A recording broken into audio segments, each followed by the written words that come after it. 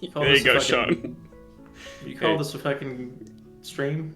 This is a stream, this and we're is- live. This is And- a stream. That was the first thing people heard. It's a stream of These- piss. It's a stream of these piss out of all of our bastards. mouths. These bastards. Alex controls us going live, and he's still throwing these things out there. Yeah, he doesn't tell us what's going on. He just keeps us in the dark. I will continue to do so. All right, let's do the recap. All right. Last we met, after meeting with Duke Lithonius, the Wayward Five settled back into Governor Oriel Clay, or rather Prince Robert of Aemon's estate in the Vosian Visage, the city of Vermalcia. As Kiron furiously worked on collecting all the information that the party has gathered regarding General Kinsley and the different threats to the continent, Timber slept uneasily, trapped within a dream generated by Erdwulf Thatcher, otherwise known as Rhys, Scarlet's twin brother. Within this dream, the two spoke casually, almost as friends might. Scarlet's twisted brother told Timber that he could delve deeper and manipulate the dream spell. In the process, he showed Timber how he could tap into the target's memories, showing him his own memories displayed before him. Furthermore, Thatcher revealed that he has a meeting planned with General Kinsley next month to deliver the head of William Mason, otherwise known as the Crimson King, the leader of the Crimson Court Syndicate, the crime organization Scarlet used to belong to, and that has corrupted her into the assassin that she has become. He admitted to doing so for Scarlet as a gift. But as Timber questioned his motivations, Thatcher also revealed how he came about the Pallid mask. You see, he survived the ritual that was meant to turn him into a Geist, or a stranger in yellow, the servants of the Pallid King. Our party has witnessed this exact ritual when it was attempted on the fallen Asimur Jorhen, way back when, in the beginning of Season 1. But before Timber could learn much more, Thatcher caused a rain of blood and ended the dream. Timber awoke covered in this blood and immediately lost control of his bestial nature, which released Lou. Luckily, the party acted quickly, and they were able to subdue the corrupted god. But before this occurred, out on the streets, Wiswick began exploring the knowledge of his now awakened golem. He learned its name and what it prefers to be called, Naldo Gerritsten, or Gnomish Speaking Stone. It also revealed that it is made up of the memories or minds of gnomes of past. Wiswick inquired about Noldegra, his god. The golem explained that all Zvirfneblin and all speaking stones are made up of Noldegra, or make up Noldegra, reminiscent of what Ashk said of that chained god, a mind made up of 1,000 voices. The next morning, the party spoke briefly of what happened to Timber, and after some tense disagreement over their next move, they found a visitor in the estate, Regalia of the Presidium. She came to escort you all to your reward for helping Vermalcia. 5,000 gold pieces each, and a home to call your own. As a token of good faith and partnership, Duke Lithonius has given the party a villa within the Vosian Visage. As our heroes begin to make themselves at home, they plan the rest of their time in Vermalcia before potentially braving the Underdark to sneak into the Elysian Vale to take the last shard of Ilyvania from Queen Aela the Undying. Now, where we left off was our heroes settling in and deciding what they were going to do for the day. If I'm not mistaken, your plan was to visit Raphael at his apothecary and then take a stop over to see Felix, the peculiar artificer whose shop lays in an alleyway in in the Blythe. So you are still currently at the estate, picking your rooms and wandering about.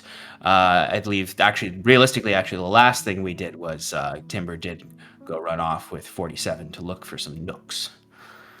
Um, while Timber is seeing the finest nooks, what are the rest of you doing?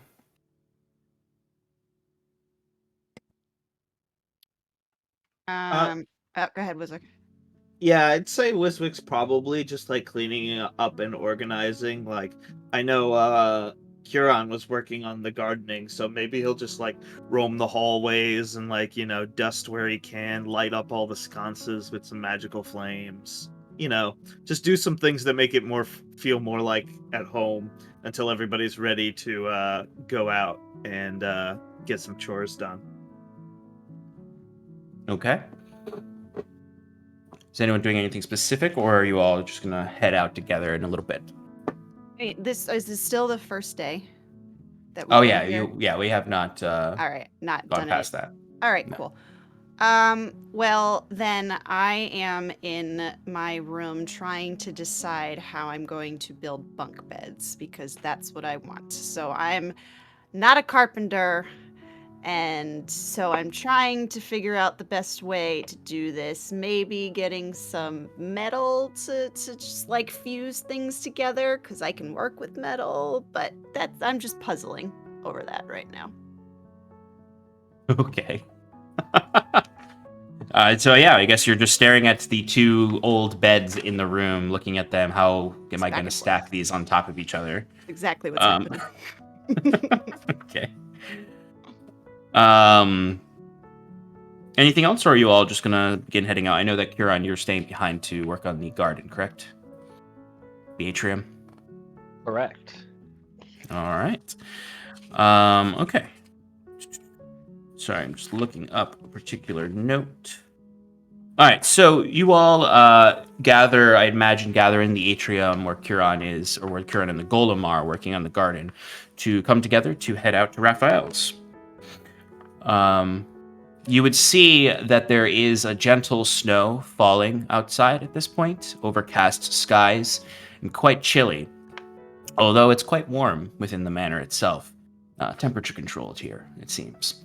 But looking up at the sky from the opening in the atrium garden, you could see snowflakes falling, and as they fall, they hit an invisible barrier at the opening and just sort of light up for a moment and disappear and fade away, protecting this garden from the winter weather. But you all gather together and begin heading out to the Blythe. You easily enough get to the street with our good friend Raphael's shop, Maximilian's Apothecary. You can see it's starting to get a little bit more popular again, though the streets are still quite quiet with the winter weather. And even yourselves, you can feel how frigid it is outside, almost hopping the last few steps as fast as you can into the opening of Maximilian's shop. As you can see, all of the apothecarian tables are there, and you can see some folks milling about. There's one demonstration happening of some alchemical wonders for a very small group of children who look more bored than anything else, with one parent kind of being like, huh? Look at that. Isn't that cool? But you can head right back. Since you have premium access, you can walk right back to find Raphael. And easily enough, you would find the old Leonin standing there, or sitting down, and you can see he has an assistant next to him, a young Earth Genasi lad who's currently writing furiously down as Raphael recitates some notes to him. You can see Raphael's hands are almost like held tight around a cane, a wooden cane. He just looks a lot like the last time you saw him. He looks a lot older than he did when you first met him. Yes, we will need 12 sacks of mandrake root. We'll need 13. You adventurers, you're here. Welcome. Let me get up. And you see the Earth Genasi immediately rushes over to help Raphael up, who sort of shakes his arm up. Get up. I can stand. I'm not dead yet. Welcome. What can I do for you? Hey, buddy. It's payday. We got our rewards, so I figured it's time for some more magic learning, fund more of your research. I know it's a win-win, so I figured, you'd pop open that old Maximilian book for me one more time? Oh, well, you've got the gold, of course. Yes. Yes. I was also wondering, some of my friends were talking about looking for a spell that might be able to hide us from divination magics of sorts. I'm aware of some of the lower level spells that can accomplish this, but I was looking for something that might be a little bit more powerful to, assist in our, more covert missions. Do you think you have anything like that in your book, or, somewhere else, somebody in town that might have something like that for me?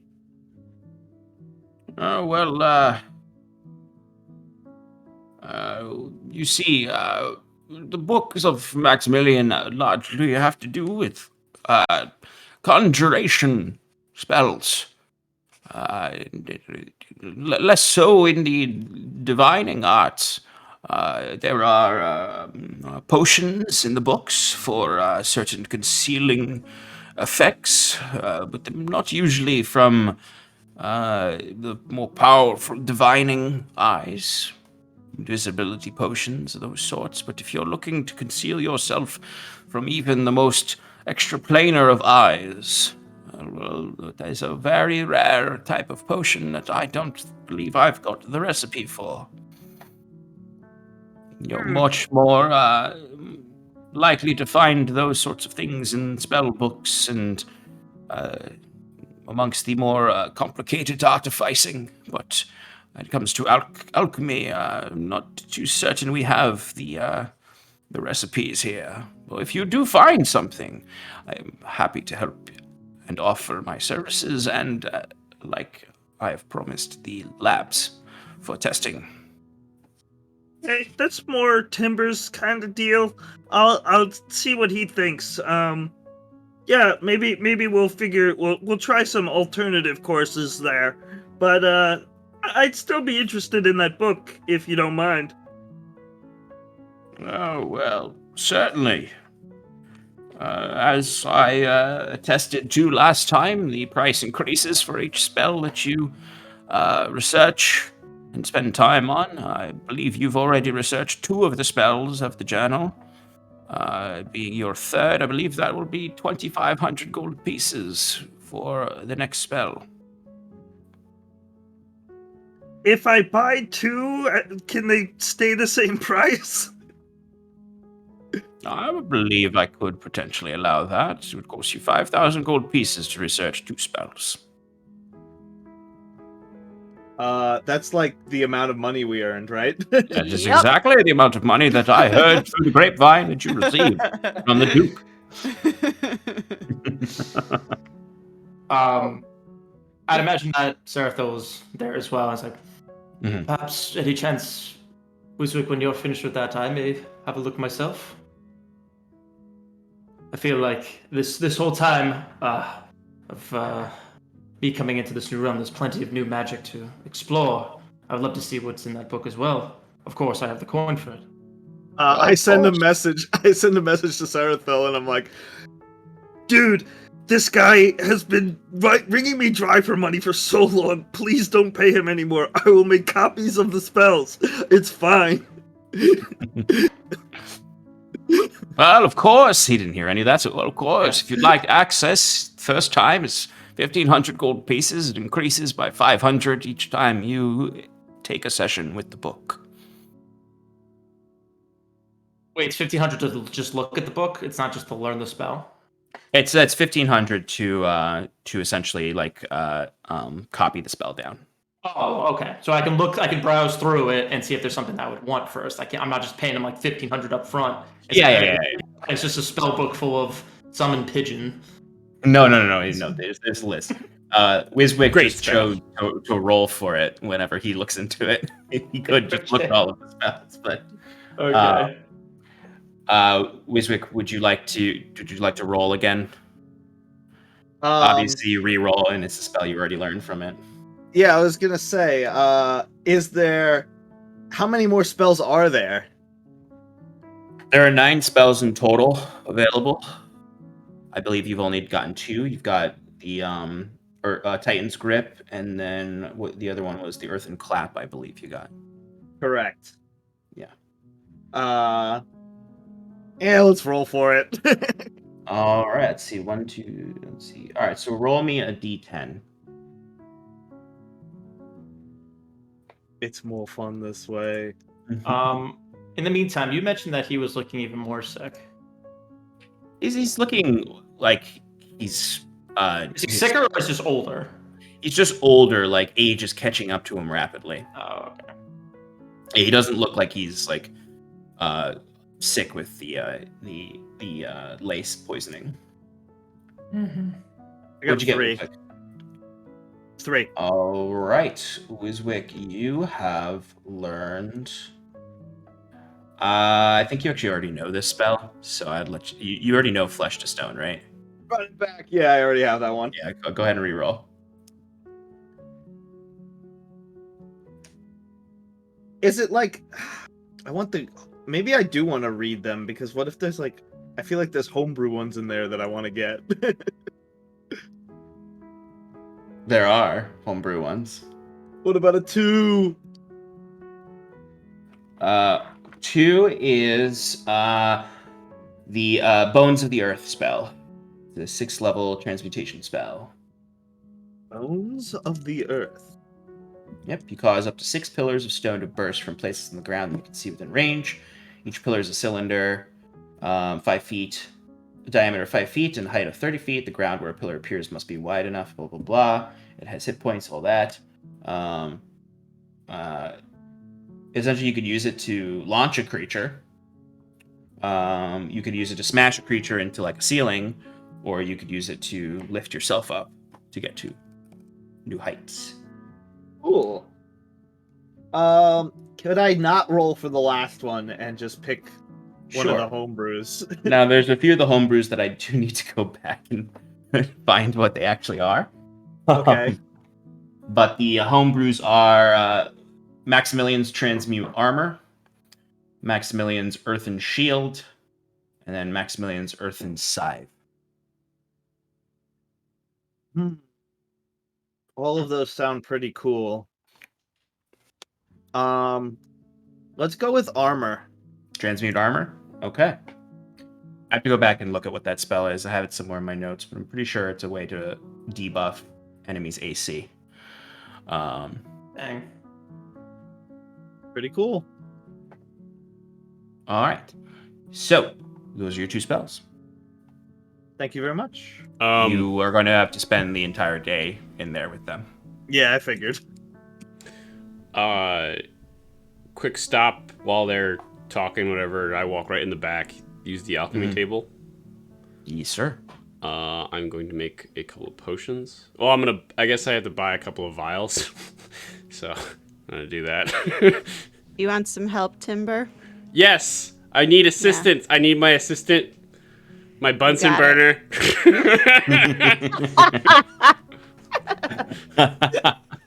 Alright, I want to make... Sean, do you remember what a potion of lichdom does again? I didn't write it down. I really wrote the name. It's the step 1 in the process of becoming a lich. You drink it, and you undergo a ritual, and if you survive it, you become a lich. Cool. I have the details somewhere. I just You're trying to become a lich? No, I just have. Just want to have it just in I case. I have them just in case, you know. Say, what does a potion of lichdom do? Yeah, well, just I was curious why you gave it to me. It's because you harvested shit from the Dangling. nightmare dragon, and Yeah, I was like, that fruit in this front of this makes this. Yeah, perfect. Awesome. Well, I'm still gonna hold on to it. Instead, I'm gonna try to make 2 motes of shadow. Oh yes, that's right. You didn't give me a DC for it, but Yeah, that's right. Let me see. most of the things are like, is it very rare or is it rare? I would say it's very rare. Okay, so it's +5 then. Okay. So I would say it's a DC of 20. Because the motes of shadow you use to make the potion of shadow, which is the resistance to all damage except radiant fire and force. Got it. Okay, so I have expertise. Yes, you do. So I'm going to roll. Oh god, that's right, Shannon. Be Lich Lou. No, thank you. All right. This is gonna. It's a 16. I rolled a 16. I know. I don't feel like finding out my modifiers. It's +10, +3, +1, which is 14. Yeah, so yeah, it's it works. 30. It's You got 30. yourself- Yeah. Got yourself a potion of shadow. Yeah. And then for the second one. So it's another. That's a 20. It's 25. No, Okay. sorry. That's a 27. But yeah, so it's two months of shadow, and that's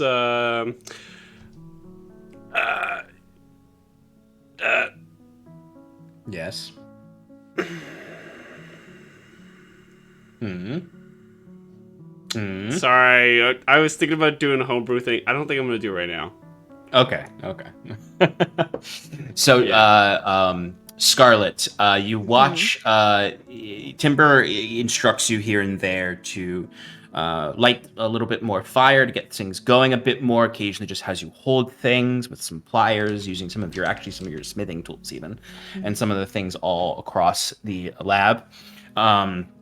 And essentially, it's like there's a certain point when you have to keep this vial at a specific temperature. He's using your fire to do that. And you can see it's held together by this little contraption, so it's free floating. Your fire's underneath it. As Timber has you both of you put on essentially what is the equivalent of a welder's helmet. I don't need it. It's not for your fire. It's not for the fire. It's for these motes of darkness. Okay. Because when Timber drops it into the solution, you can see it. There's this very volatile chemical reaction happening in there, and you can see these sparks start to shoot off, and it billows out this thick, noxious gas. And it's just billowing out. And for a second, Timber, you think you did it wrong, but then suddenly it starts to calm down. And as the smoke dissipates, you're just left with this pitch black serum that is the darkest thing you've ever seen. It absorbs all light coming into it. It cannot see anything beyond it. It's darker even than your hex spell and your inkswell. But you have successfully concocted 2 potions of shadow. Dope. What is that? It doesn't look safe. It should be according to this book. So. What does it do? It gives you some resistances to a lot of damage types. Oh. Yeah. Interesting. Could be useful later on. We'll see. And I'm gonna make 2. I'm gonna dump out 2 potions. I'm gonna dump out my poison skin. Just dumping potions out? I need the vials. Floor. No, this is a respectable apothecary. They have proper regulated disposal tanks. Yeah. Who knows what potions brewing in there after they keep pouring potions into it? Oh man. You would actually the King's Cup. The King's Cup of you actually, if you go into the back the back alley of Maximilian's, you just see this mutated funnel. rats. Yeah, you just see mutated rats, and you just see this thick ooze coming out of a faucet back there, and then it just sort of comes alive, and it's just And it just stands up and it goes, could you direct me to the better business bureau of Amalcia? I did not ask to be born. I'm just gonna make 2 normal potions. Okay. So wild sage root. I have to buy it, but actually I'll trade some other common. Yeah, my you can very ingredients. easily do that. Yeah, so I'll do that. These are really easy DCs. I think I make them automatically with my modifier. Yeah. Alright, I'm just gonna roll 4. Oops. There we go. If anything is advantage... Yeah, no, I'm fine. Yeah, I imagine you're Sorry. fine for these easier ones. Yeah. Okay. Alright, I'm done. All right, excellent. Good work. Good show. Is there anything else that I can help you with, my friends?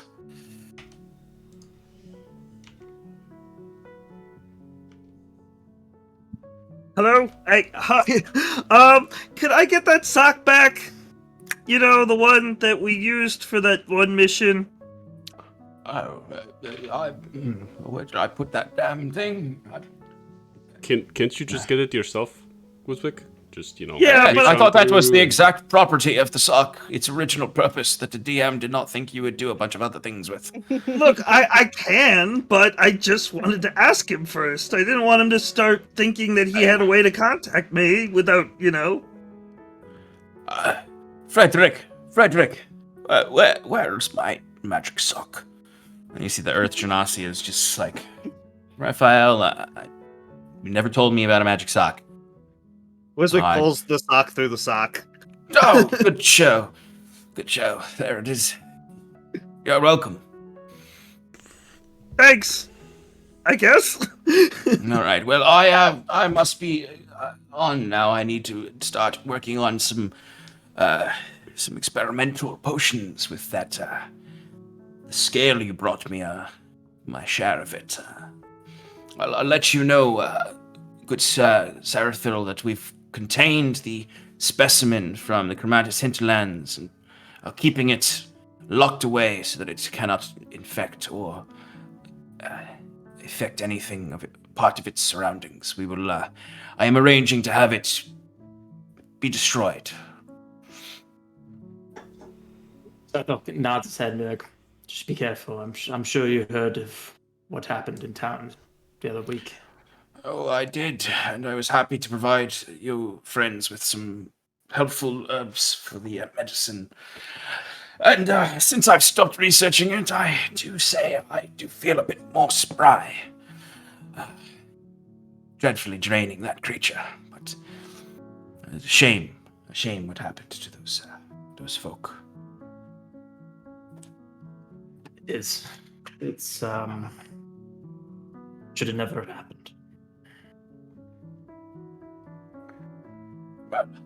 Well, here's to brighter days and hopefully a solution to what is going on in the Chromatis hinterlands. I'll be seeing to it.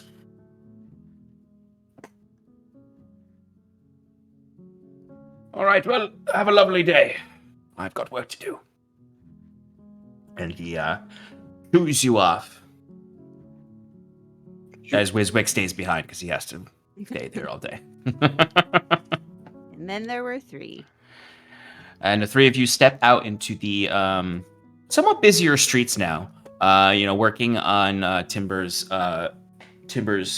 potions took a little bit of time.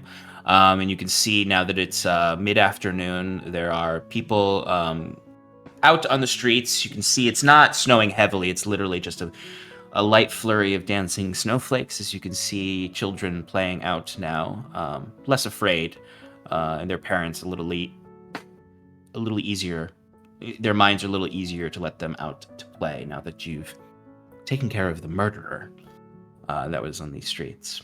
And you can even see some folks coming up from the Septizar, where Wiswick and Sarathil have busily helped build shelters, and these people now have a little bit more freedom, and they might even have some spare coin to buy something nice for themselves. But what would you like to do next? Felix? let's go to Felix. To Felix's shop it is. I guess I'll tag along.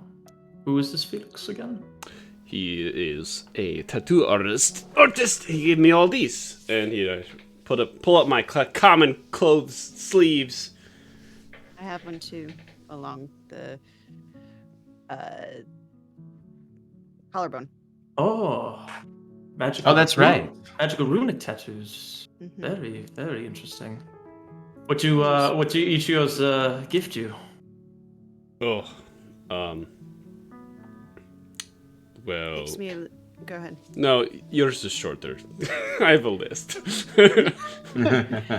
It just makes me a little bit more dexterous, a little more quick on my feet.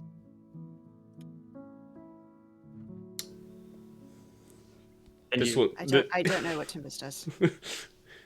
this one is all just one that I got from the Sulk. This one makes me, my unarmed strikes a little bit more oomph. Get a little more oomph. This one over here, this one allows me to not just immediately fall to the ground and bleed to death. It closes one of my wounds.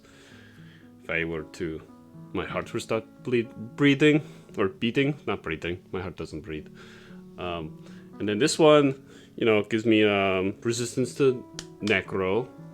And then this one that Felix gave me. This one allows me to cast a dream spell.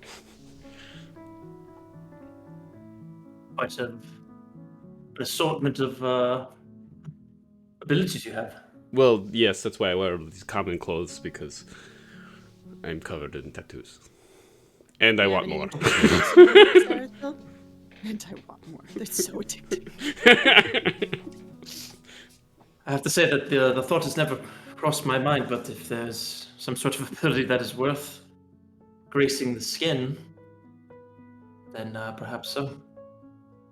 I'm interested to see the artist, though, who he may be. He's quite the character. He looks very skillful. Surprised that he resides here in Valnosila. I would expect him to be in a more populous city. He plans on moving soon. Shots fired. So you leave Green Street, because I just found my actual notes on what the streets in the Blythe are called. You leave Green Street and head on over just one block down to the Blue Crescent, where this area is largely religious shops and component shops. As you pass through, there are these small shrines at every block devoted to different gods with little lanterns in them. So you're passing by one that you can very clearly see is a representation of each of the conservator gods. They have the whole district for the Everflame, and some of the other gods, but this is really the street where there are the small shrines to various deities. Scarlet, you would notice a burning fire in the mouth of a bronze dragon, and you notice like people have left little things at the base of them. You can see coin. You can see like wrapped gifts in some places, little wrapped gifts. Different, like you can even see like packages of food, baked goods that are just sort of offered. It's sort of a local tradition that's sort of the idea is a sacrifice to the gods, but more often than not, it's meant to be taken by the less fortunate in the night or at some point. But there are kind of like lampposts all up and down Blue Crescent. But you pass by the component shop where Curon got his fancy bowl, and you look to the alleyway that last time you saw it was covered in tapestries and all sorts of odds and ends and detritus that made up Felix's shop in the alleyway. What you see right now is an empty alleyway with just a single chest against one of the walls. Oh. I'd like to check it for traps. Like Go good ahead. rogue. Go ahead and give me an investigation check. 24. Looks like a normal chest. It's locked. It is locked. Do you want me to open it? Or should we leave it? I'll keep a lookout. We could just take a peek, you know. All right. I will thieves tool it. Timber, give me a perception check. Sure. I don't remember how to do thieves tools. It is dexterity plus proficiency. If you're proficient in thieves tools. You sure you don't need help, Scarlet? You know, as I'm looking back, I rolled a 12.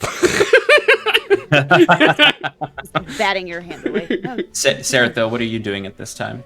They just told you that there was this fantastic, lovely, really esoteric and eccentric shop in this alleyway. And now there's just this empty alleyway that's just covered in snow with one chest. Are you sure I'm you really don't need bad help, at- Scarlet? Fine, get your head just away. sitting there, just watching them, just like confused, but just studying what the hell's happening. Yeah, as Scarlet is tinkering there, Scarlet, you break your lockpick in it. Damn it! And you're just sort of like slapping Timber's hands away. Timber, I imagine you're like, you're not doing it right. You're not doing it right. As Well, you're then like, you do it. Fine. as the two of them are arguing, Sarathil, and you're just sort of watching them with like your head cocked. You hear the distinct sound of someone chewing loudly, and they're just like probably just like eating like a pastry of some kind. And you look to your left, immediately standing next to you, as if coming out of thin air, you see an air genasi with an undercut with like floating hair that comes up like this, a headband that is red and yellow, like a sweatband around his head, some goggles around his neck. He's covered in magic tattoos. He's wearing a tank top, even in this bitter cold. He has a cardigan on but half of it's hanging off one shoulder, of varying lovely patchwork. He's wearing ripped jean shorts and sandals, as he's just staring and eating a puff pastry and just looking at them. What are they doing? Oh, I didn't hear you come up. My gosh. I have Move no idea. I'm not sure. They said that there was some fantabulous shop that they were taking me to get tattoos. Oh, okay. Oh, I see. I get your confusion. Hi, Felix. Nice to meet you. What's your name? Oh yeah, the one and many, because there's probably a lot. It's a common name. You see, hopping up from behind him is this little like automaton bunny rabbit that's just sort of comes up to you. And what did you say? Darby. Yes, Darby is a mechanical familiar. You see it just sort of, and it's a very complicated creature, although it looks like it's made up of scrap parts. Well, a pleasure to meet you. Don't mind me, but I do have to ask, what's with all the hands? I am a wizard myself, and my skill set is necromantic in nature. Oh, I have to ask. It was ethically sourced? Of course, I wouldn't be walking around if they weren't.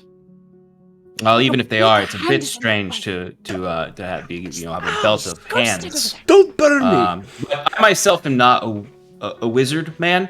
I am what they call an artificer. I think you're the one you are the one that we've come here to see, but I don't know why they expect you to be in this chest. Oh, well, they're trying to break into my shop. I took a lunch break. Your shop is in a chest. Oh yeah. Oh, let me show you. Come on. And Shove Timber out of the way. and Felix comes up behind the two of you as you're bickering and fighting, and he's like, "Hey, do you want a hand in that?" Oh, is this yours? Sorry, it just looked Well, like you know. it was abandoned, and we were curious what was inside. At least Oh, I it's was. fine. You would have never opened it. You'd never gotten it. It's all good. And you see he comes up to it, and he's like, "This is not even a lock. It's just a hole. You're just putting. That's why you couldn't find the tumblers in there like you normally do. Is because there's nothing in there. There's nothing in there." I look at Timber. Don't say a word. Well, it's great. It's great. I miss you guys. Oh, what's your names again? I don't really remember you. Scarlet. Scarlet. Okay, all right. Oh, and then he kind of like looks and he says, "Oh, there. Yep. Okay. I always remember the ink. Yep, I remember that. Remember that piece. Yeah. Okay. I remember being like, that's not really what a dagger looks like, but okay. And you there, fellow? It's Paul. You remember this? And I just Paul. show him the tattoos. Oh, yep. I remember that. That was pretty good. Pretty good work. Good quests. All great. Awesome. All right. Well, and you see he slaps the top of the chest, and then you see he does sort of his fingers move in a gesture very quickly, absurdly fast. Because also, by the way, I forgot to mention one of his arms is entirely mechanical. His right arm is entirely mechanical, and that's the arm he slapped down. And you can see the chest almost like the part where his hand hits starts to almost come apart, like it's mechanical itself, and wraps around his hand. And then his hand just does a few gestures, and then he pulls it out, and it cracks open. And then suddenly there's sort of a breeze kicks up and shoots up all the snow around you, so you can't see anything. And it billows around and then slowly settles. And as it settles, it turns to dust. And then suddenly it's warm. You look around, you can see the piles and piles of mechanical trash, the old books, the old scrolls, the tapestries hanging above and all around that make up Felix's shop. As Darby immediately hops up and starts clamoring around, jumping all over the place. So I wasn't really expecting to open the shop back up after lunch. I was going to take a little bit of a day off, but what can I do for you folks? We won't keep you too long. I was just wondering if you might have or know someone that does a what was it, Timber? It was a scroll of sorts for for sending. Yes. Yes, a sending scroll. Scrolls? Yes. Yeah. Given my magical gifts, man, in the script and runes and magic tattoos, it's pretty transferable to calligraphy and vellum. It's pretty simple stuff. Yeah. You're looking for a scroll of sending, you said? Yes. Okay. Yeah. I can take a little bit of the afternoon, and I can whip that up for you. Pretty simple stuff. What's your budget looking like? Are you looking for a one-time use kind of situation, or are you looking for multiple time use? Well, what would the price difference be? Oh, well, multiple uses. It kind of requires a lot more magical inks and, the types of inks that go into spell scrolls. They're very distinct because they take the place of components, so it can be very challenging to acquire them. But, sending, that's a third level spell. Okay, uncommon. But it's not going to be that expensive, actually. I mean, I don't know your budgets. What are you looking at? I mean, I don't know how much these things cost, so. Oh, well, a piece of advice from your old pal Felix: never say that to a shop owner ever again. You're lucky I'm a nice guy. Yeah. I'd say if each use 150 gold. Could we do maybe a 3-time use? 3-time use. 150 times 3, 450 gold pieces. Scarlet, ask for a more permanent version. Why don't you just ask him? Oh, no, I don't need it. I just was saying, we'll do the price comparison if you want. I don't know. If I were to have a scroll of permanent sending, how much would that cost? Well, that would be a lot less of a scroll, because scrolls by their very nature are liminal. So it would be the kind of thing that I'd either have to whip you up a little bit of a token, a little bit of a trinket, a little bit of an item, one might say, or, like your friend here, I could etch it on your flesh. Oh.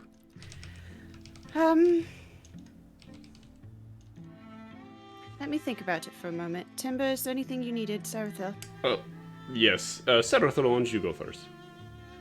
Shop that we're in right now. What like there are magical items just around, or what does it look like again?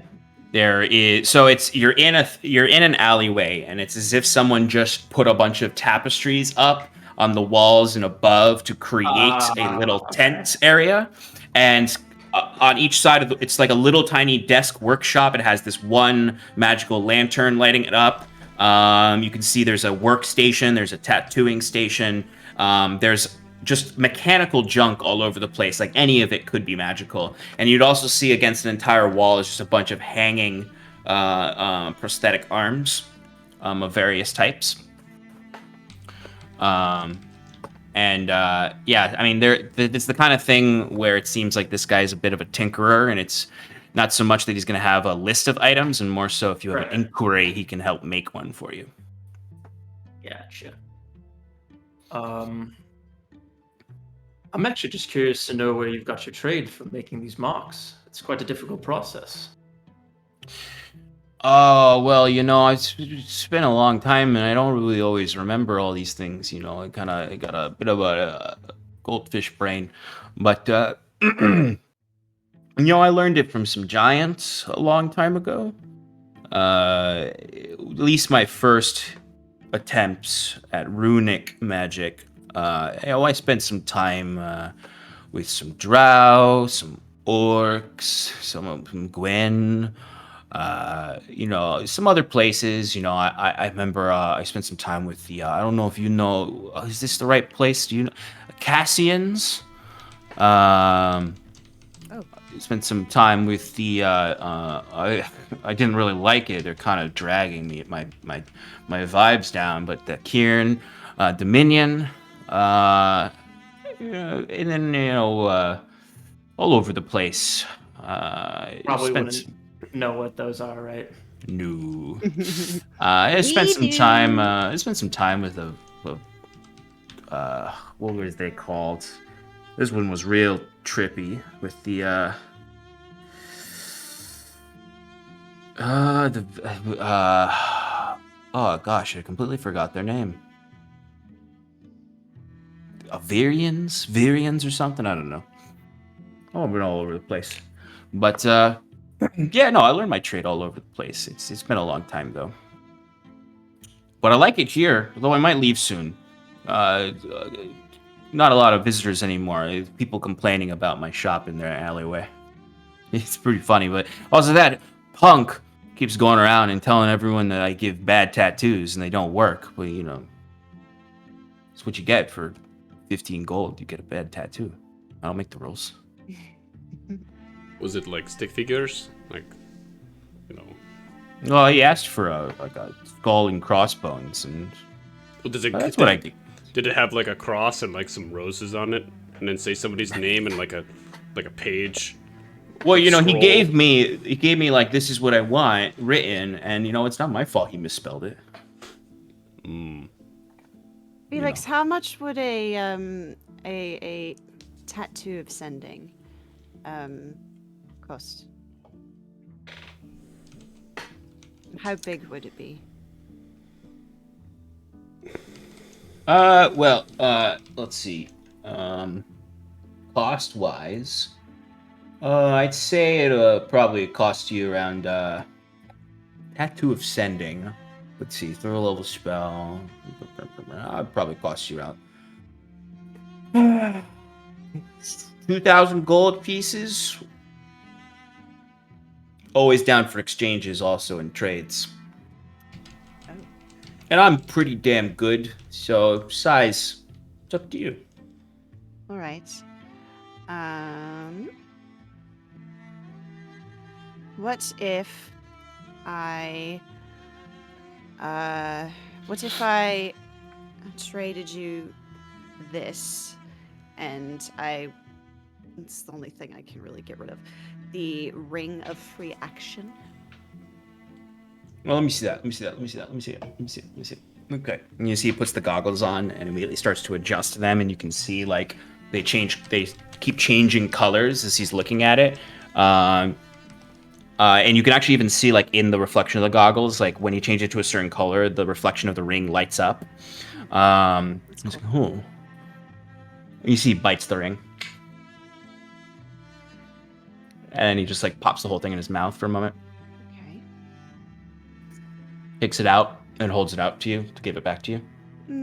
The best way to know magic is to taste it. You can always taste it. Pull out. The really bad stuff tastes like cinnamon. Sarathil's just giving a look of like disgust and confusion. She's like, how the hell does this guy know so much about magic? Doesn't make any sense. Absolutely just flies in the face of your years of your decades of education and academia. Well, that's a pretty good one. Yeah, I'd say that cut the price in half. Excellent. Let's do that then. And I don't want anything too big. I was actually thinking maybe just a little flame behind my ear. Oh, okay, that's pretty classy. I mean, if you don't want a tattoo, I can also put it in. I could alter the ring to be a ring of sending.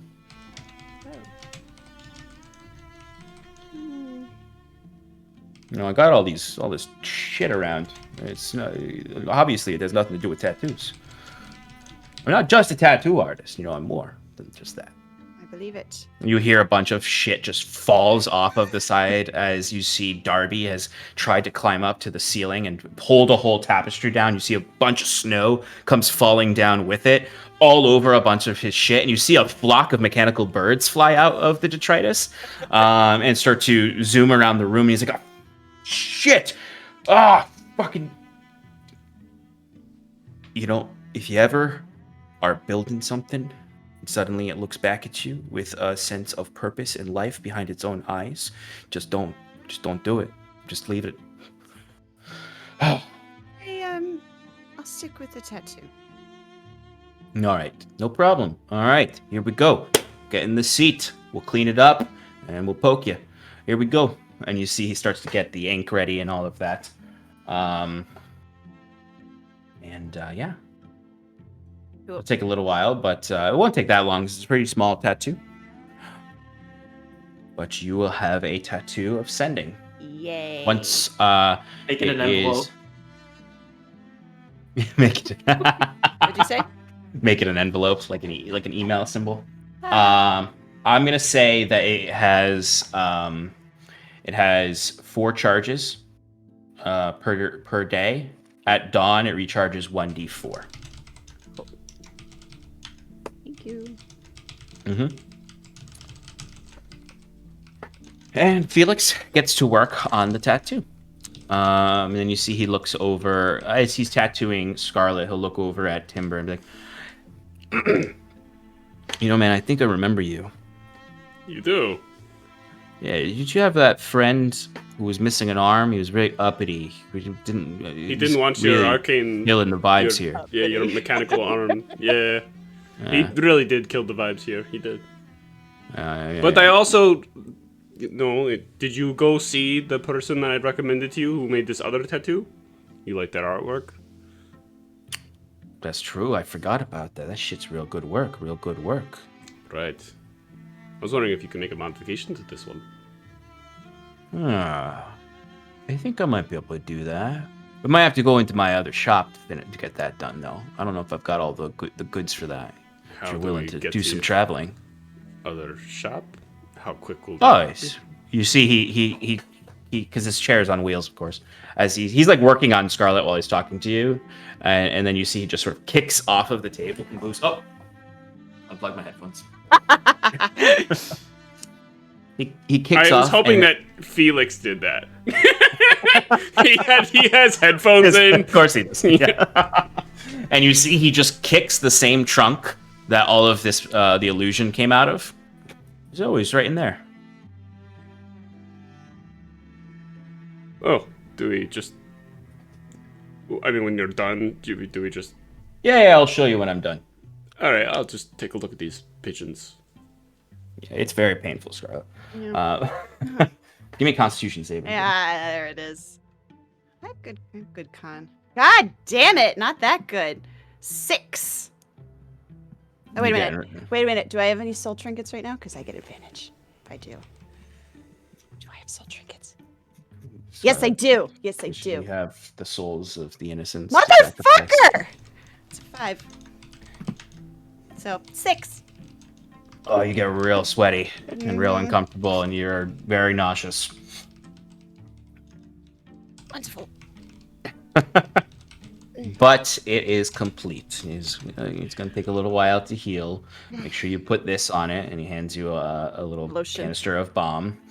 I know Just how don't put too much on it. Don't scratch it. Slap it. I don't know. Repeat that to me. Don't scratch it.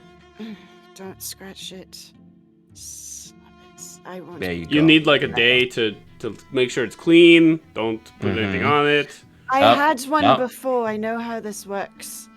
Yeah. Okay, Are you just conscious of that? it's legally required of me by someone. You did your due diligence by someone. You did your due diligence. Thank you. And I hand him the ring and 1,000. All right, 8,000 gold pieces, please. And would you all like to see my other shop? Come on over.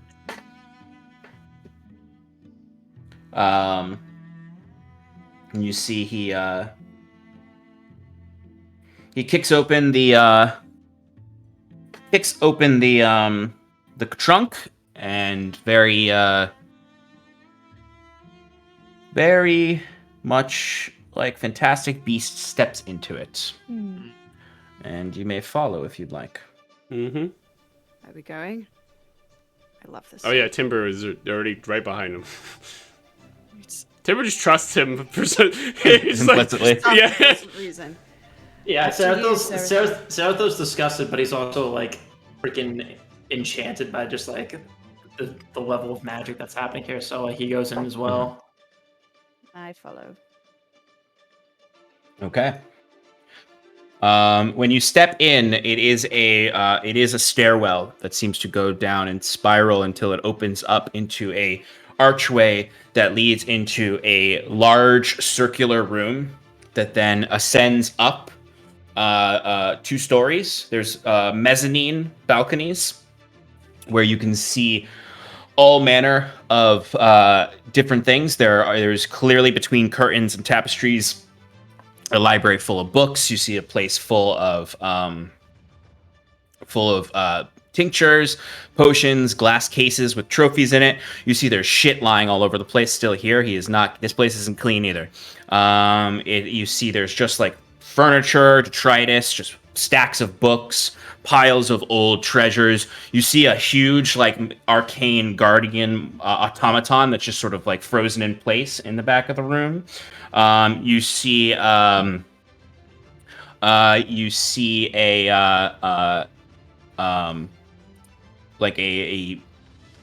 well of some kind that's on a table that looks like some kind of horrible witch's apothecary cauldron that has a bunch of different like what look like offerings around it, like bones and things like that.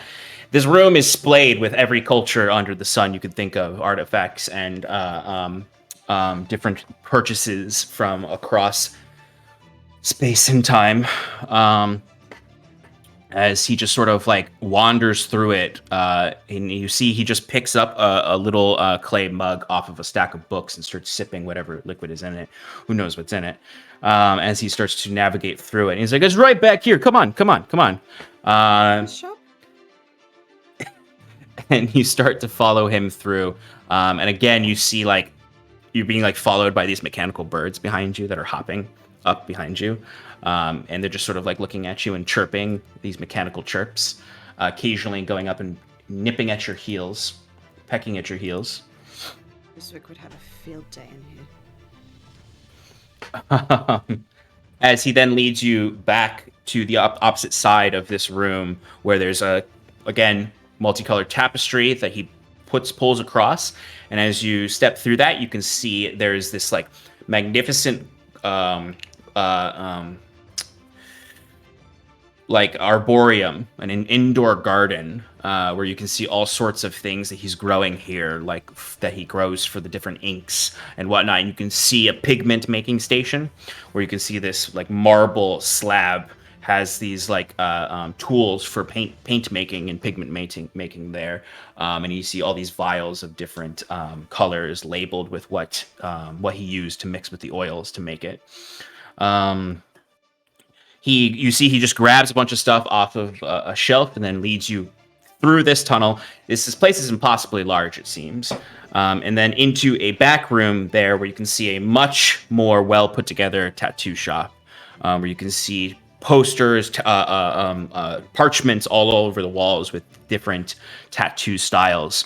Some that are just runic, some that are shockingly contemporary to our real world modern times. And a nice little comfortable leather chair for you to sit in, Timber. And he's like, "All right, man, how do you want me to augment this very, very amazing tattoo you already got here?" Well, you see here down by my wrist, I just want to see if you can, upgrade that and make that from, a +1 to a +2. That would be, pretty great. I would like to know the price point before going through with. For something like that, let's see. It's a modification. It's an advancement on an already existing product. I would say go from a +1 to a +2. I would say that's gonna probably run you. It's because it's an augmentation. It's a little bit of a cover up. I can see where you want that. I would go for about. Because I like you. I like you, Paul. I'm gonna give you more business depending on the price point. Well, let's say 1,500 gold pieces. That's Deal. the friend discount, Okay.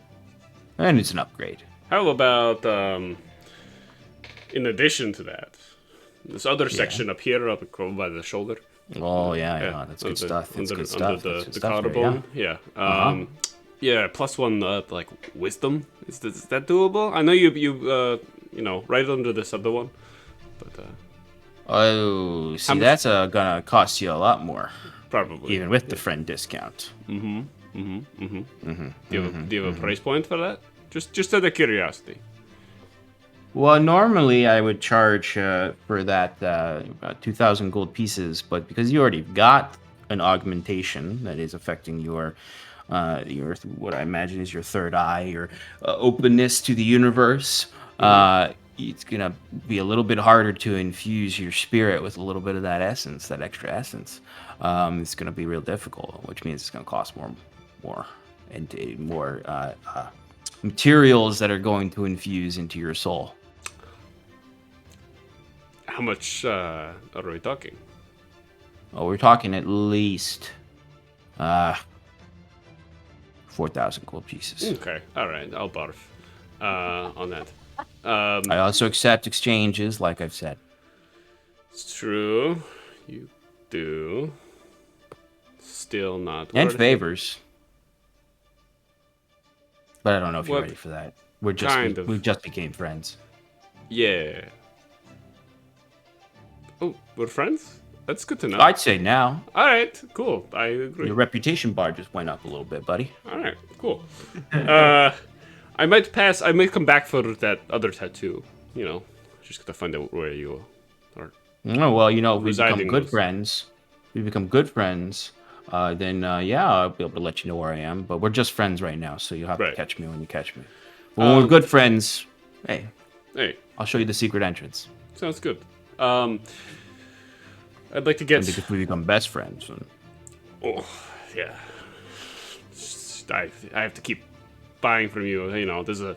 Yeah, There's a that's how I hierarchy. make my friends. They Mhm. buy my goods. I'd like to get a couple of temporary tattoos. Oh, those are my favorite. You Maybe can mess up with them. It's great. as long as they function in the end of the day, it's fine. They Oh, disappear. you got the Felix guarantee. Guaranteed that it something will happen. This is why I came to you and no one else. I'd like to get a couple of first level spells and maybe like a couple of, or maybe 3 second level spells. How much would that run me? They should be like pretty common spells or common first costing level? spells, you know. First level spell that'll cost you, depending on the spell, anywhere from 50 to 75 gold. Ooh. Third level spell, it's gonna probably cost you, depending on the spell, anywhere between one might say 101 gold pieces and 500 gold pieces. So, spell of sending the third level spell cost 150 though. That's true. This is outrageous. Excuse me, sir, but Oh, sorry. No, I was just yeah. well, That we was just became Sarathil. friends. Sarathil just I don't know why you said that. We Sarathil. just your reputation bar just went down, buddy. No, they didn't. Come on, Sarathil. Look at it. Look at it on your user interface. I'm just I gotta play the game of haggling. You're just like an. Well, you're not doing a very good job of it. I know I'm not. All right, fine. So okay. What are you Alright. looking for?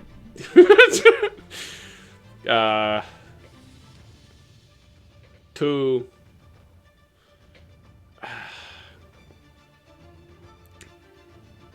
maybe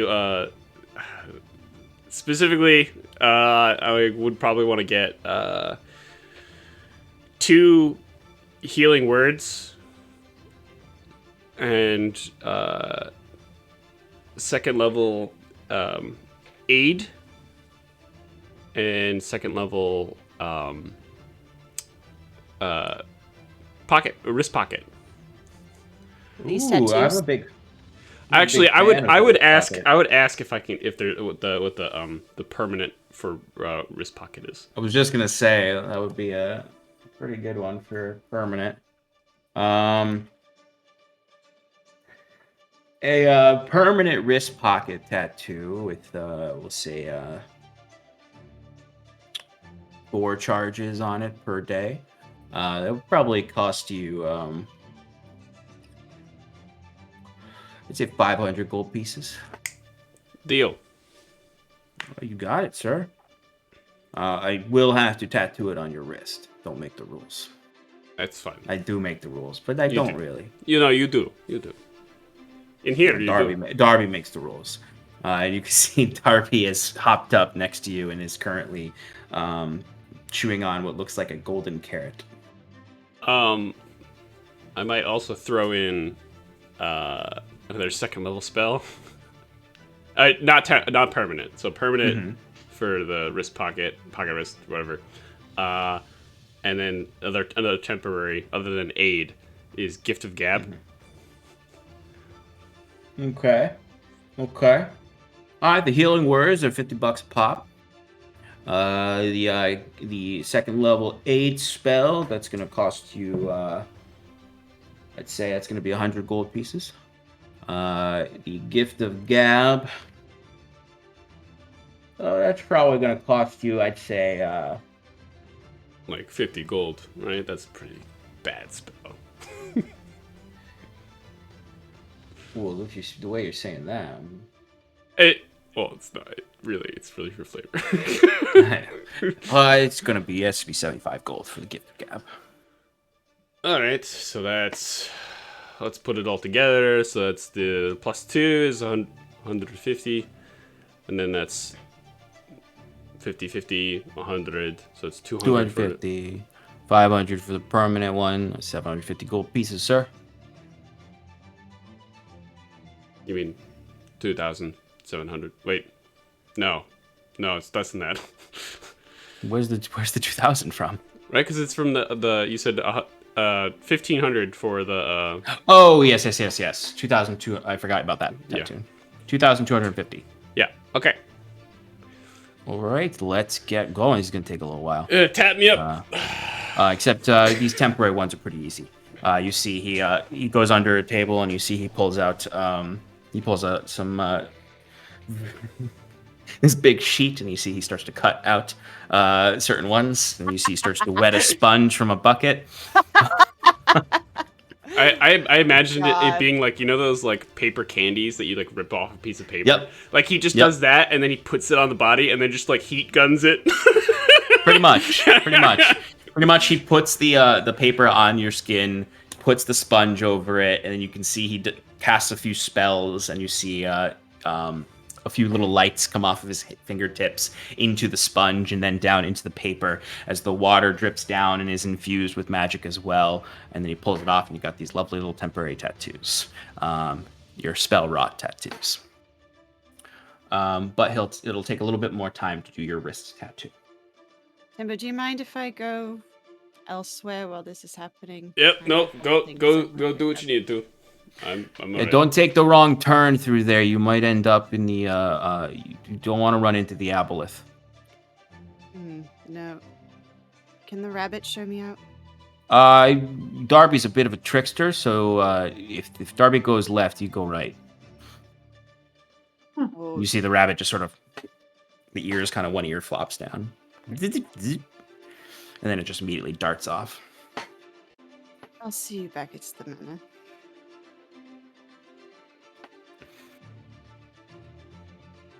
All right. Scarlet, as you're stepping through these different chambers, you would just hear strange sounds in the distance, all over the place. Trying to ignore it.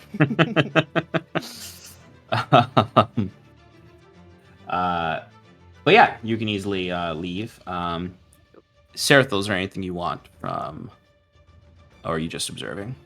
I was observing intently that entire time to see, kind of try to piece together how he does that. But he'll kind of come out of it a bit.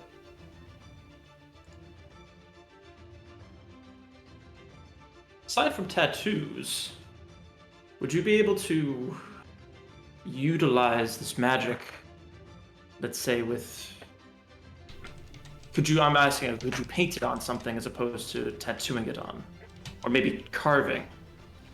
Oh, well, yeah, that's, it's, before I started to tattoo, I did some rune carving. And also there are magical pigments that can definitely be infused into something. What are you thinking about? What are you thinking about, buddy? Could it be used on things that are not living anymore? Oh, well, I suppose, guy, it's kind of like, it's an object. So yeah, don't see why not. See, as I told you already, I am a necromancer, and I have a assortment of, say, specimens, we'll call them. That, Bones? Yes, bones is the correct term. That perhaps can use some augmentation to help them be more versatile in battle. Very Whenever I interesting. may need them. Well, buddy, I certainly can help you out with that, I think. What kind of augmentation do you have in mind?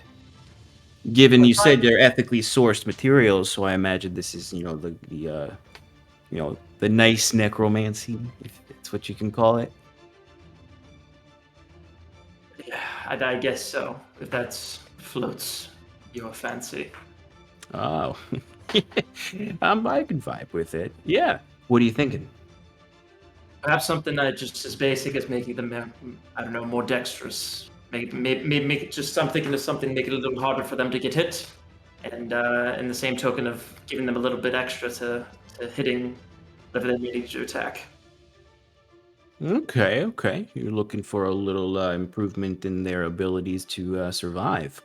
Yeah, we can definitely work that out. You're looking. What would that run for? So, what are you mechanically? What are you looking to add to your? I think mechanically, I'm asking how much per undead to just give +1 dexterity. +1 dexterity. Okay. Well, I'd say if you're doing some kind of magic like that, and it's just for your little skelly boys, I'd say it'd be 500 gold each.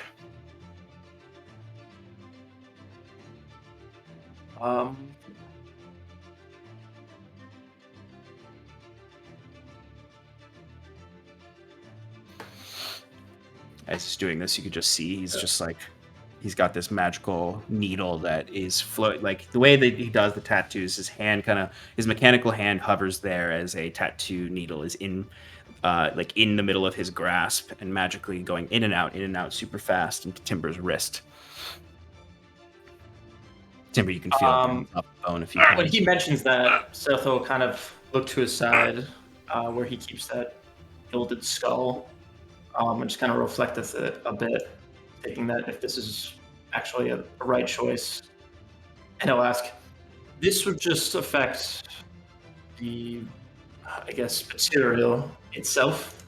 This has nothing to do with who these bones once belonged to. Oh yeah, it's just about the material object. I imagine you're casting some kind of animate dead spell, correct? It is. I'd be animating them, but I do not bind the soul back to them, nor do I want them to be ever incorporated into this again. You've got yourself a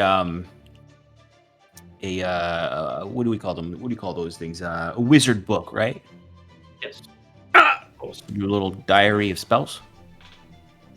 Well, for a slightly bigger price, I could augment the spell itself. So that anytime you cast it, it'll have those improvements. What would that be for? Oh, that would probably go for augmentation of a spell, magical pigments and inks on the vellum, a little bit more messing with reality. Probably 2,500 gold pieces.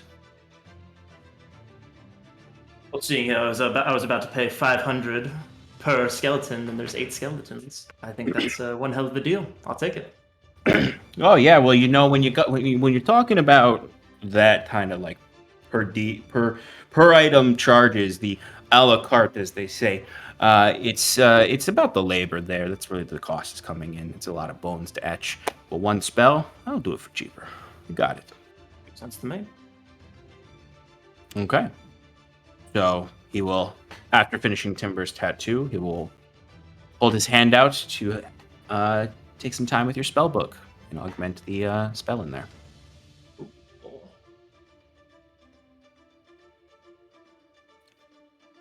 When you get the spell book back, it's like you have your carefully written equations in there, and it's just the sloppiest handwriting on there, with like clearly I can understand it, right? Yeah, you could definitely understand it, but it's just it might be a little irritating to look at as someone who's a scholar like you, a university man like you, to see such chicken scratch. The first thing I get back to the house, I'm going to retranscribe it to another page. All right. All right. Anything else with Felix? Okay. So when you all reconvene outside to leave Felix's alleyway, you step out into the street itself, and when you turn back and look behind you, it is all gone, and there's just a chest there. And you have gotten your items from Felix. Yay. Well, I just wanted to, while he was getting his tattoo, I wanted to like go get some materials to get started on my various projects that I want to do. So like fabric for the quilts and the painting and maybe like scrounge for like a plank of wood and some paints and shit. A single plank of wood.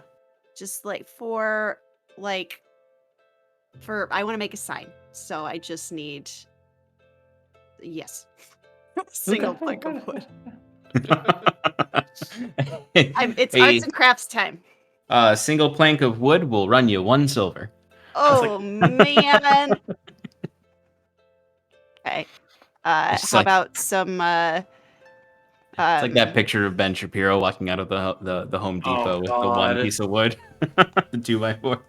Yeah, that's. Ugh. How about the fabric and like sewing stuff?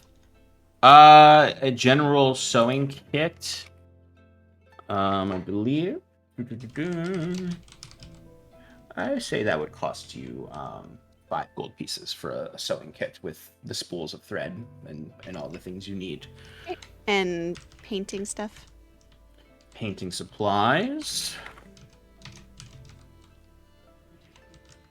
Painter's supplies is 10 gold pieces. It's a good thing these things are actual items in D&D. Yes, I am 100% adding them right now.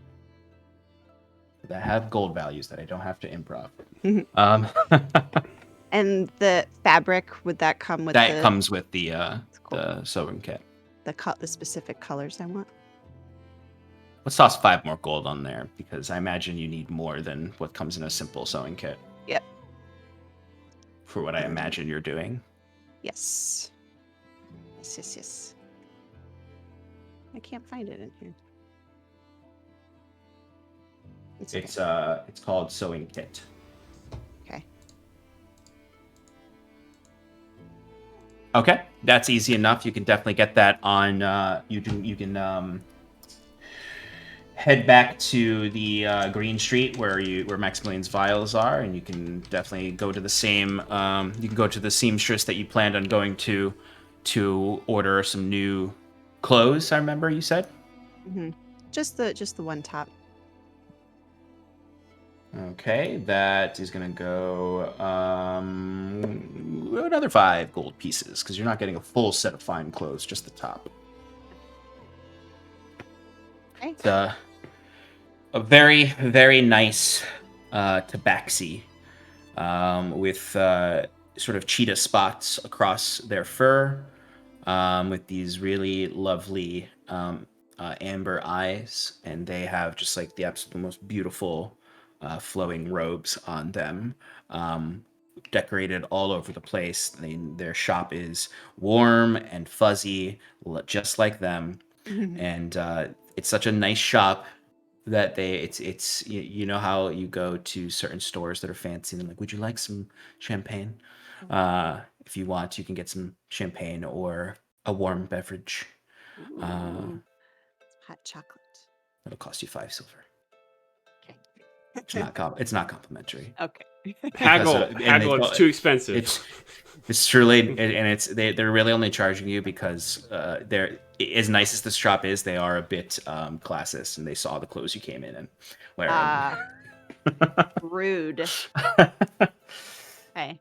I think so. I'll just from them. I just want like a very like simple but well made black tunic with just like some red and gold trim around maybe the sleeves and the neckline. Very nice design that you have there. Are you sure you don't want a pair of pants or a skirt to go with that, or perhaps an overcoat or a scarf, a lovely scarf? What's the top thing? Head wrappings, gloves, boots. I know a very fine leather worker. Just the top. As you wish, as you wish. I can also recommend some lovely jeweler, some accessories with this, if you wish. If you wish. No, that's okay. Know what you want, it seems, as such. Excellent. Would you like more cocoa? No. Oh, we One is just brewed a bit more. It is piping hot. I'm impatient. Fair enough. Fair enough. Come back tomorrow, and it will be complete. That was Shannon saying that, not Scarlett. Right. Nope. No. And maybe like looking around at the other things that are there and like listening to all the other things that they're offering. Maybe there's like a bathrobe or something, just like something to lounge around in. Maybe that yeah, Leisure wear. Of course. if there's something. Oh, we have the finest of robes. We have both silken and more fluffy, if that is your desire, such. We have plenty of options, and you see they kind of like pull from the wall. Like they have these different like racks in the wall that they pull out that have things hanging from them. Oh. So you see this. Feel this. Feel this. Feel this. You'll never feel something softer. And it is the softest thing you've ever felt. Yes. It is the absolute decadent silks from the Gosu remnants. Very hard to get up here this far north. You won't find it anywhere else unless you go to the Gosu remnants yourself. Very dangerous road. Are these expensive? I imagine they're expensive. Well, you know where you are. This is a fine shop. Everything is worth its value, as such. So what is the value of this one kind of just like it's like a blood red one. Yes. Oh. Gosu silk. Special pigments for the blood red. I would say this fine, luxurious robe for such a fine flower as yourself would cost 10 gold pieces. I think I can do that. And like trying not to like look pleased, but like this is the first time that I've ever like had money to spend on things for myself, and this is just like really exciting, but she's trying to keep it cool. Madame, what is a fine, lovely Gosu silk robe without slippers to go with it? Just the robe, thank you. It is a very good combination price. Only 5 gold pieces for the slippers. Just the robe, thank you. As such, if you change your mind, you'll always know where to find me. Thank you for your assistance. I'll be Of back course. tomorrow. All right, and you have your luxury silks. I'm only like, I'm just like imagining what Cal would say about these silks. I'd be like, oh, I think you got ripped off. Yep, 100%. I had my, I remember when I was a tailor's apprentice. Okay. All right, easy enough. You, if there's anything else anyone else would like to purchase, they can do so. But it's getting closer to dinner time at this point. The night is coming soon. And I imagine Kieran has been hard at work at a lovely, lovely garden. And I think that's actually where we're going to take a break. When we get back, you can all let us know how you decorate your lovely new space. And then we can continue with the journey. All right, folks, we'll be back in 5 minutes, so please stick around, and we'll see you soon.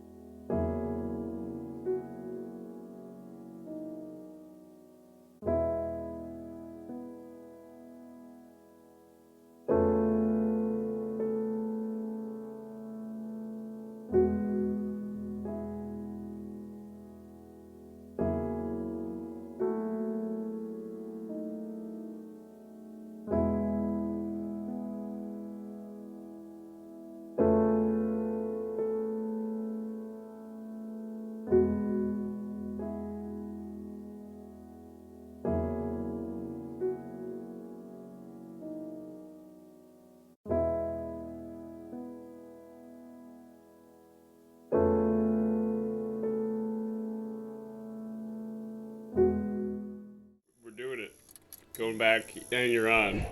Welcome back, everybody, to Advantage in Paradise.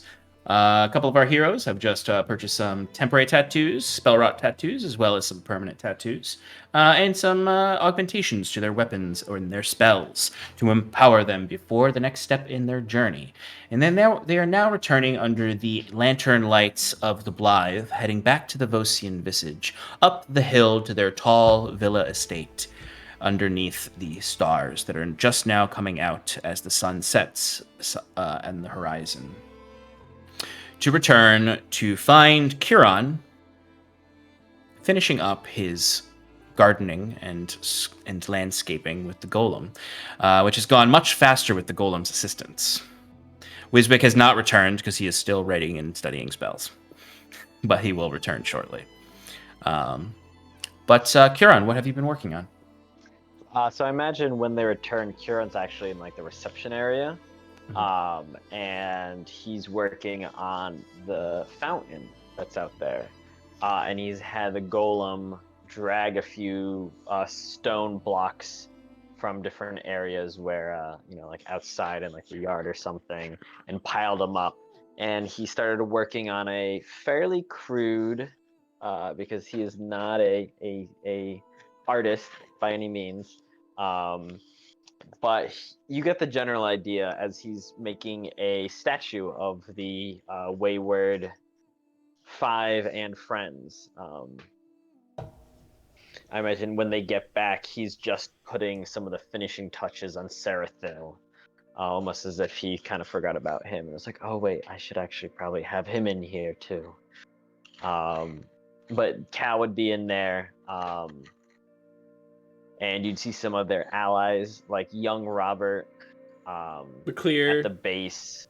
McClear would be there, with Valen Lila. Oh. and Wulia.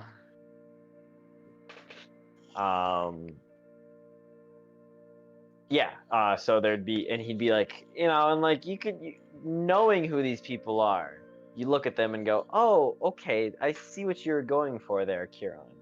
But anyone that comes in would be like, what is this garbage? And so as everyone's coming in, I imagine he's like having the golem like push up a piece as he starts to like fuse it in to like start adding on another section of it. And he's like, yes, Nolda, that's good, that's good. Hold it there. Yep, okay, perfect. And he starts shaping it. That is beautiful. Well, I appreciate it. It's not quite what I was going for. As you can see, it's Sarathil, like kneeling down, rising up some skeletons from the ground, but it looks more like poop or mud that's kind of being like fused up into his hands. pretty accurate. The fine details aren't quite there. There is Thank great you. great beauty in the attempt at art as well.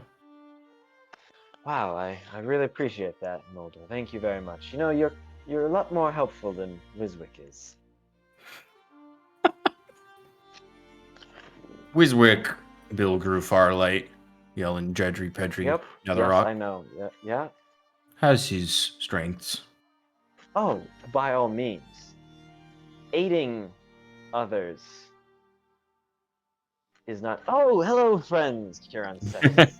As you would all step in through the gatehouse into the reception area. Light snow falling all around as Kiran has sculpted these attempted statues in the fountain around it. I imagine the golem and him worked on it, and you can see that the fountain is, it's not working right now because it's winter. But very lovely under the torchlight that is glowing in this courtyard. Looks That's beautiful. lovely, Kieran. Kiran. Yes, well, it's I'm by no means an artisan of stonecraft, but I figured I had the spell, and we're looking for something, right? It's a little. I've done more work inside. Come, look and see. and he hurriedly, and actually he was wearing his glass titan armor previously, but he has since shed it or doffed it in favor of light acolyte robes. As he rushes in, and you can see that his hands are all dirty. His staff is also, when you enter, you would see the armor and staff with his back just like piled up the column. And he shows you the interior atrium garden, where he's cleared a lot of the weeds and made like more of a central path. And in the center would be this much more intricate statue of an individual that would all assume to be Ilyuvania, given that it's Kiran.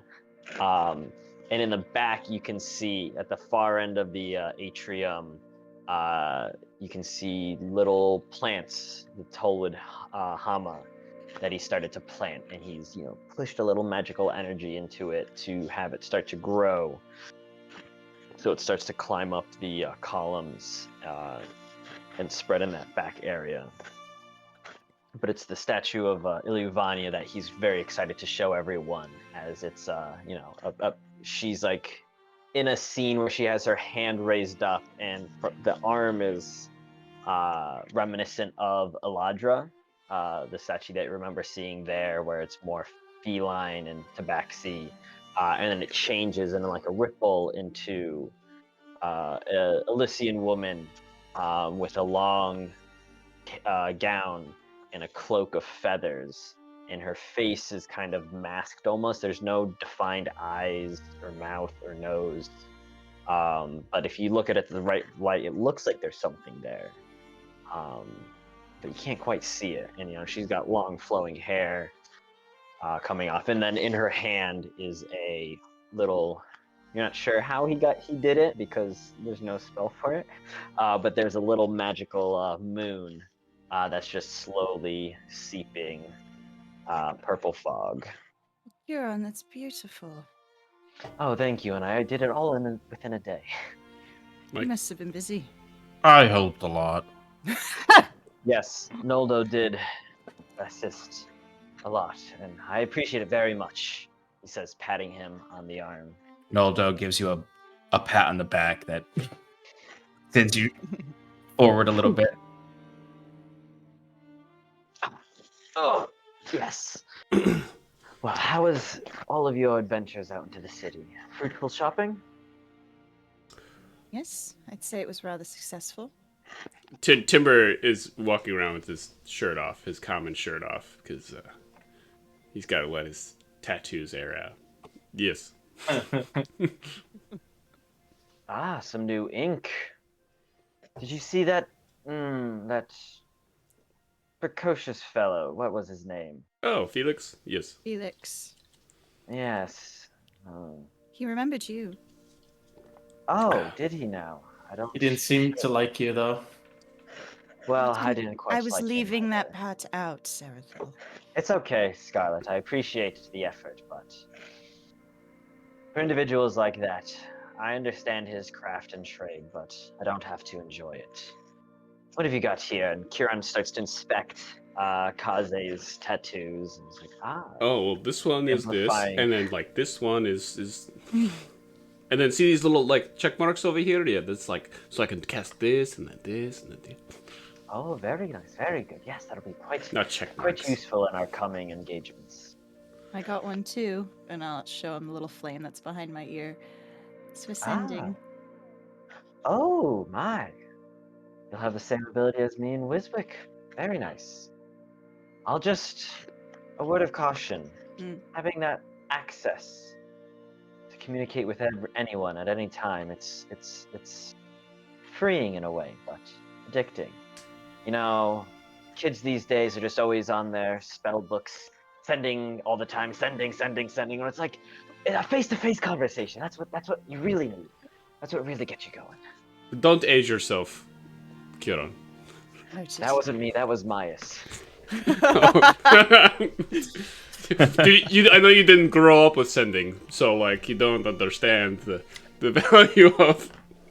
Sorry. Huron, why do you always cast sending in all caps?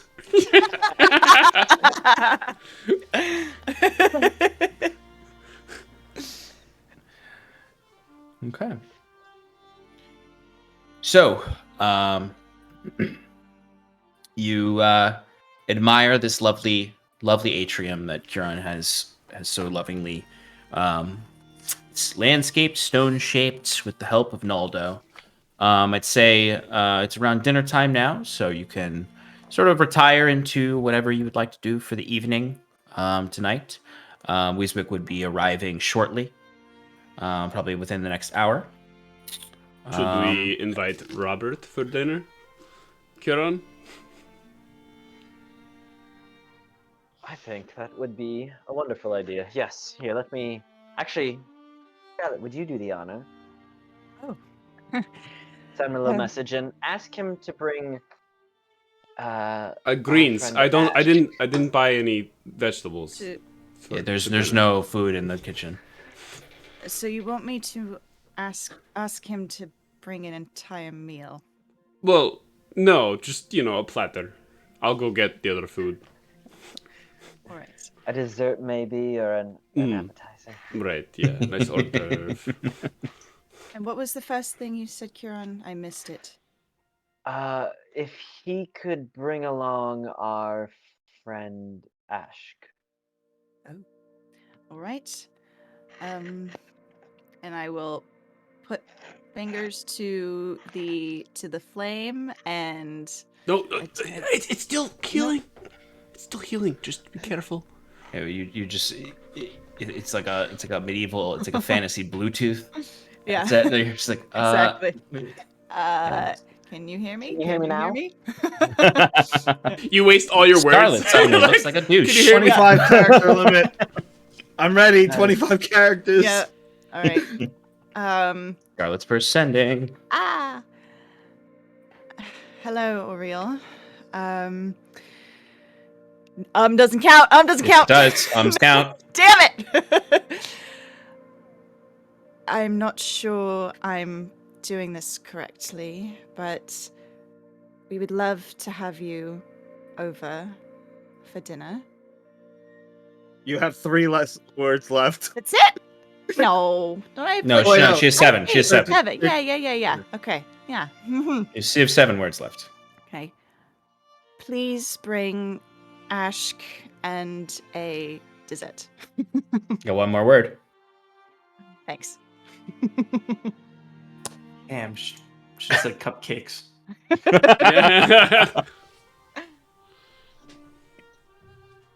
Oh, Scarlet, I did not expect to hear you.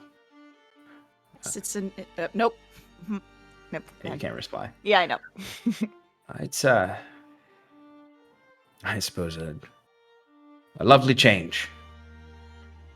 I shall. What time shall I arrive? I'll do it again.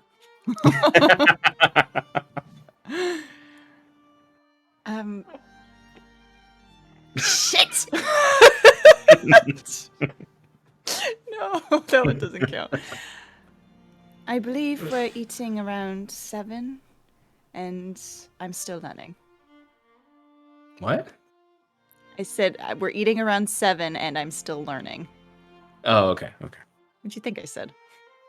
I thought you were saying something witty at our No. enthusiastic word counting. No.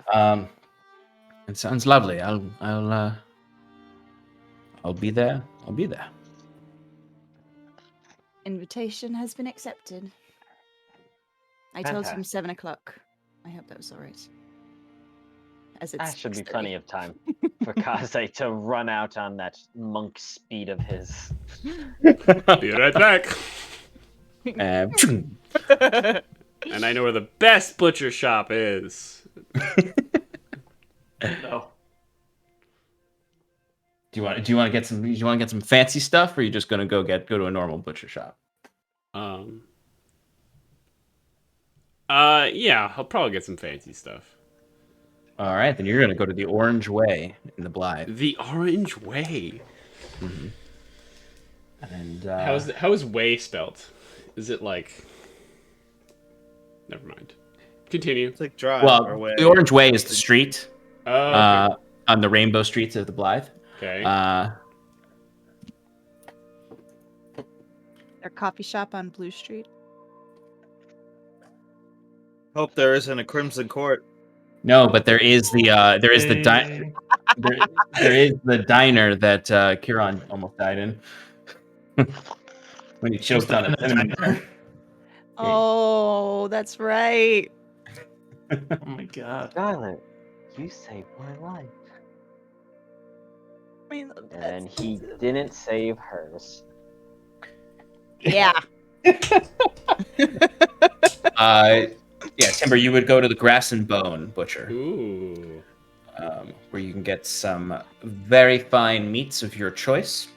And they actually do have a small produce section that you can get some stuff at too. Cool. And I'll try Pick up my some- best to get some seeds for Kieran. Seeds? Not nuts. Some seeds. Just seeds. Yep. Absolutely. You come back with a handful of sunflower seeds for Kieran. No, you have a handful of. You've got some pumpkin seeds. Yeah. Okay. So yeah, you can get whatever you need. I'd say to feed everyone and buying the good stuff, the fancy stuff, it's going to cost you 10 gold pieces. That's coming out of the party gold right there. we don't have party goals. We do, actually. No, Timber you put have aside gold. some party gold Oh, that did he he? has complete control over. Yep. Oh. Yeah, Did he's not just know that. withholding our funds from us because Jeez. apparently he's our dad. Us? You.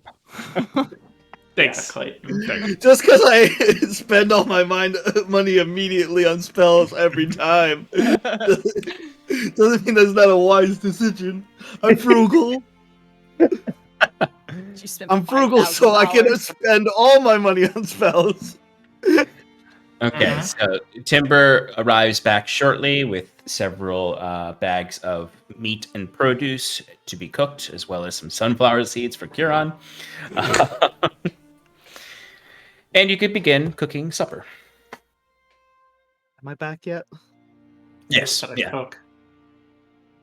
Wiswick's flying back home on his magic carpet, He's and coming home from work. he does zooms past to the courtyard and then reverses to see the what's called crude Statues. giant statues, and he telepathically calls for his golem, and he uses his major shape-shifting ability to just fix up him. Wiswick is gonna look good. Polish off, make him look nice. Yeah. And then I also leave the golem, and I tell him to pose, and he solidifies as part of the statue, just Oh, that's cool. doing his own thing behind me, and then I just pull out. Yeah, that's perfect. This one. Excellent. Yeah, Golem finds his spot amongst the statues. And Yeah, I just take the arcane core with me, so he's still with me. yeah. The stone stays behind. Okay, so who's cooking dinner? Timber and Kieran together? Kieran, yeah. I'm gonna go drop all my shit off in my room. Sarathil will go to his room and take this time to transcribe the spell that just had onto a different sheet with more neatly than was given to him. Yeah, absolutely. And also, if there's time, I have some things to identify. Yes, there is. You can absolutely do that while they're cooking. So what do you have to identify? Alex, you gave me a diadem and In the little puzzle box. And a puzzle box. A little puzzle box, yeah. That's right. So I'll identify both of those. Okay. For both of them, give me a d20 roll. So we'll do the diadem first. D20, just a D20. Mm-hmm. Oh, sorry, Arcana. 24. Nice. Okay, so for the diadem, for your purposes in your inventory, it is the diadem of Athromenos.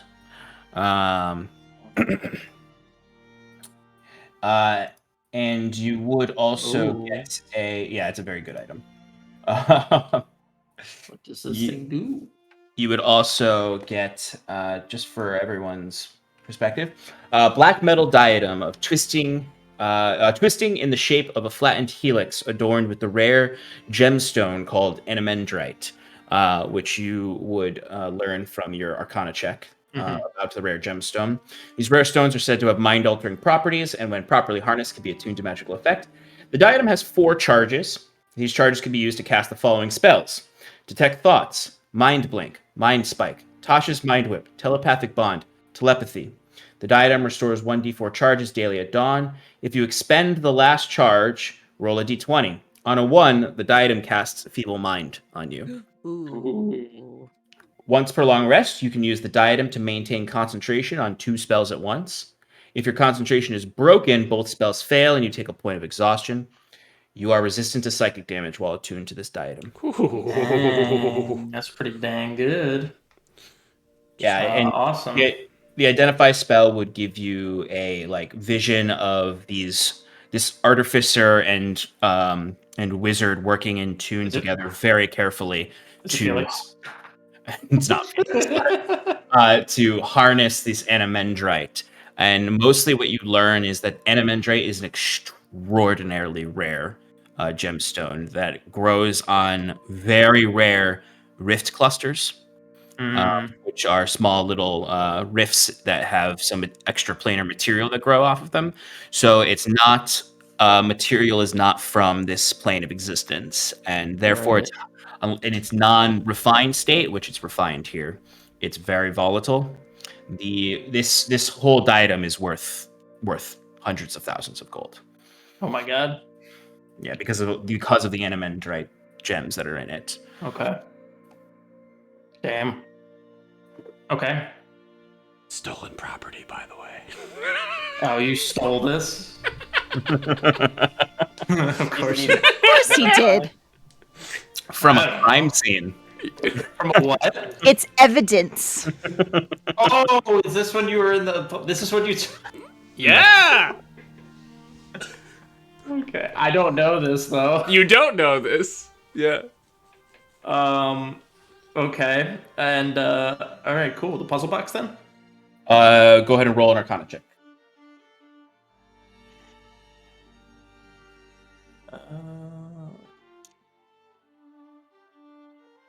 23. 23. When you go to identify this puzzle box, you find that it's immediately rebounded back to you. And you cannot actually identify the puzzle box. While you're holding it, what does appear, though, is you see aspects of the puzzle box, which looks like what do you call the puzzle box that was in the Da Vinci Code? Codex. Yeah, it looks like a that codex kind of puzzle box, or a cryptex. Cryptex, that's what it is. That's what it is. I'm sorry. Yes, It looks like a cryptex, and when you cast Identify on it, you see the different pieces start to rotate, and you see kind of like magical light comes out, very similar to Timber's tattoo when you cast Dream, but it's like distorted, and you can't quite hear the voice, but there's very clearly a recording, a magical recording of someone, and you could just sort of hear like, guys, just hearing different noises in there, and you can kind of just barely make out what the image is. And it looks like a gnome. You just can make out a gnomish figure. Okay. There's nothing else, no other clues on the puzzle box that I can discern to solve it? There will be. Okay. I have All to right. talk to Shannon's husband. I was gonna say I thought it was Fezix. Oh my Yeah, goodness. right. Otherwise, yes, I'm excited for that. otherwise known as Wick the Curious. Wick the Curious. All right, yeah. I'm game. Okay, cool. Well, that is my evening until supper time. Lovely. All right. So yeah, you can go ahead and start setting the dining room area. You have that lovely little balcony there. You can see the gentle snowfall outside, as well as a lovely view of Kieran's creations, where when you go in, you can very clearly see the golem there in a statuesque form, as well as what Wiswick has done to his own statue. But it's a lovely space. It's very comfortable. There's the receiving room right outside of it. But yeah, 7 o'clock rolls around. You've got cooked meats, vegetables, a bowl of pumpkin seeds, and of course there is a horse that rides into the courtyard, into the reception courtyard. Oriel or Robert ties off his horse in your stable, and steps inside, or knocks on the door. He's respectful of your privacy. So you hear a bang, bang, bang. Kieran comes rushing out of the kitchens, his sleeves around his elbows. He's like, "Oh, can someone come get the door? I haven't quite. Oh, my armor's still out. Oh my. Oh no. Okay. Let's just. Okay." And he pushes aside his stuff and he goes, "Sarathil, Wiswick, Scarlet, company's here. Come on." Dinner's ready. Mama Kieran. Mama Kieran. My gosh. Yes. Wiswick, get the food in the dumbwaiter. Oh yeah. Wiswick's Clean like up. already changed into his pajamas. Didn't even know he was coming. And Kieran, with a flourish, opens the entrance and goes, Prince Robert, a pleasure to have you here. Sorry. There's no need for formalities. I suppose if you wish, you may call me Robert now. I brought these, and you see he's brought like a nice bottle of wine and a store-bought pie. Any wine I'm familiar with?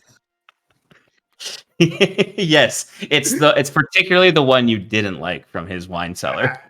So the good one. So the actual good one, yeah. Kieran takes it from him and goes, perfect. Thank you so much for bringing these. A good guest, gracious guest.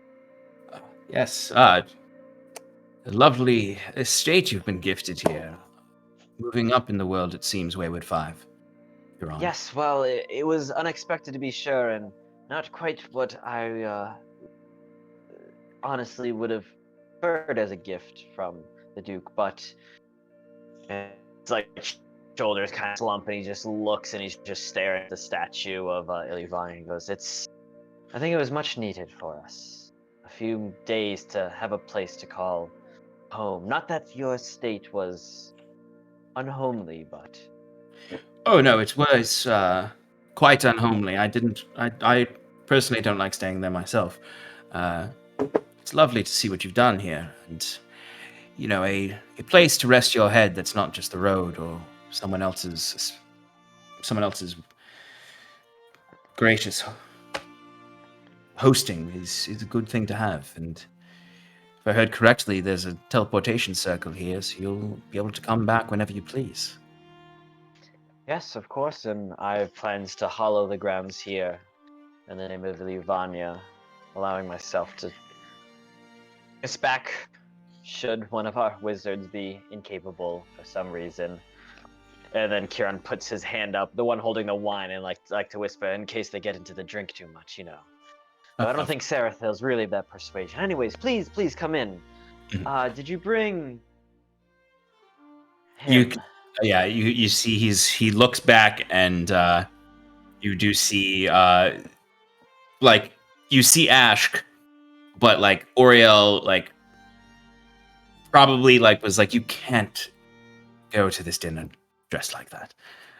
You must look better. And Ash is in his regal form he had that one time. Yep. You see, he's just sort of he's very much haughty and standing upright. He's not his usual hunched self, as he's kind of staring at the statue of all of you with a sneer. And he kind of comes up to you. I will say, it includes all our allies. And given the Gias spell and what I said, he was considered an ally of the Wayward Five. Okay. Well, then you would definitely see him staring at his own statue then. And it would not look very good, as with the rest, except for Wiswick and the Golem. It would have... And so I imagine it's like a pedestal where we 6, including Cal, are on the top. And then the others that ally with are on a lower pedestal. Some of them are climbing up at different heights to be who helped us the most? And Ash has one hand on the pedestal by our feet, normal, and then another hand hanging down, and you can see a chain that's descending into the fountain. Very cool. Yeah, absolutely. And you see, because he's in this sleek black robe that almost clings to him a little bit. He almost looks amorphous as he moves. He looks like he's not really even walking, he's almost floating. He's got a very his mannerisms is very very Scar from the original Lion King. As he comes up and he looks to you, Kieran. Well, it's a bit gaudy. Not how I would decorate, but a fine home. Well, please, Ash, chained god of the shifting sands, come into the Wayward Manor. You see, he would very carefully, almost step through the doorway as if something was going to happen to him when he did it.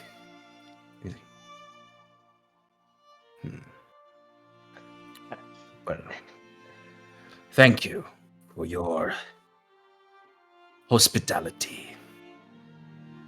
Has anyone joined Kieran at the front door by this time yet? Oh no! I would have been. I'll come down the stairs at this point. Timber Yeah, would have Wiswick would be yelled. It's get on! You left the burner on. I got it, and I'll run off to go help Timber. Wiswick's kind of greeting Ash like he's just another friend. Hey Robert, hey Ash, how's it going? Hope you found your way here okay. Robert's well, I do live down the road. But yes, lovely place. Ash is just looking at you. I see that you dressed up for the affair, Wiswick. Well, it's my house. I can wear whatever I want, right? Wiswick, would you please show honored guests to the reception room? I'm going to take care of these and make sure everything's okay in the kitchen, and I'll join you all momentarily. And Kieran does a bow reminiscent of Cal and turns to rush into the kitchen and goes, No, what are you doing? You should have mixed the pumpkin seeds into the greens, not separate. You were God. I didn't know. Kieran, so much. I don't make seeds, okay? All right, enough, both of you. Only Just- plants make seeds. No. Of course you don't. You go there. 47. Get out of here. You actually see 47 is absolutely stirring a pot. Wiswick hearing all this takes them farther away from the kitchen. He doesn't take them to the reception area. He's like, why don't we hang out in my room for a little bit? I'll show you some stuff. My room. The reception Check out my area Legos. is Sorry. above the kitchen, so it's definitely far away from this. If I had some Legos, I'd show them off. You have a tiny golem that you made out of Legos. Yeah. My Bionicles that my mom bought me. Yeah, I combined all of them together like a super bionicle. I guess at this point, Sarathil will come down to everybody. Like, oh, I didn't realize that we'd be having company today. Governor Clay, always a pleasure. Yes. Thank you once again for this lovely abode. Oh well, you have the Duke to thank for this. I may have suggested some kind of gift of property to solidify your partnership with the Duchy and the Presidium. I take it you all met Regalia. She showed you to the place. An interesting woman, a member of the Presidium herself. Certainly someone to speak to if you're looking for powerful friends. I am still trying, or at least working on getting you audience with the Gwyn Senate. A busy body these days. Difficult to, even with my status in the Empire. Appreciated. I apologize if I came off forward before. I know the world is in a bit of disarray right now. Well, I saw the state of your slumber, so I understand the short fuse may have been somewhat related to your rude awakening into a brand new world. But get that rat out of here! No, he's telepating. No, he's not! He's contaminating all the food! No, he's... It's No, okay. it's not. There's He- nothing dirty about this little fellow. He is washed there? himself. You It's not hear, right, you hear 47. 47. Only Timber can understand 47. He's like, hey, we're cleaner than dogs, okay? I know. I told her. It's okay. Are you talking to that? I can't. I clean myself fastidiously every day. Can you not talk to? Oh, right. You would just hear, like, squeaks. Give me that, and I take a plate and just go start bringing stuff into the dining room. Okay. All right. So, Scarlet, you would go up there and you would find Ash and Sarathil and Wiswick and Robert, Prince Robert, just sort of awkwardly in the reception area. The fire's raging, and they're just kind of have their hands in their pockets, kind of standing at one of these like high top tables that's meant for like a cocktail hour. Wiswick's just drinking heavily. He like opened up the bottle before dinner. Wiswick, did you get glasses for anyone else? Of course. What kind of host are you? I don't see them. Where are they? You would hear There- the dumb waiter ding at this moment, and up pops like a really nice array of glasses with the wine and like a salad based off of pumpkin seeds with plates for everyone. Goddamn pumpkin seeds. Yeah, it's a lovely salad. It's got some nice greens, I imagine some goat cheese, some pumpkin seeds, Some nice, craisins. simple vinaigrette. Craisins are big in Honduras these days. Very popular. Yeah, they're in season right now. It's a war, so dehydrated goods are very popular. Yeah. Wiswick makes the table in an instant with telekinesis. You see Ash is just sort of like grabs a glass quickly off of it, not trusting your magic. But yes, cocktails are served. The wine is served during this cocktail hour, seemingly, and I imagine folks begin to usher into the dining room itself as dinner is finished. And yes, I'm sure Curon and Timber present their hard work. Give me a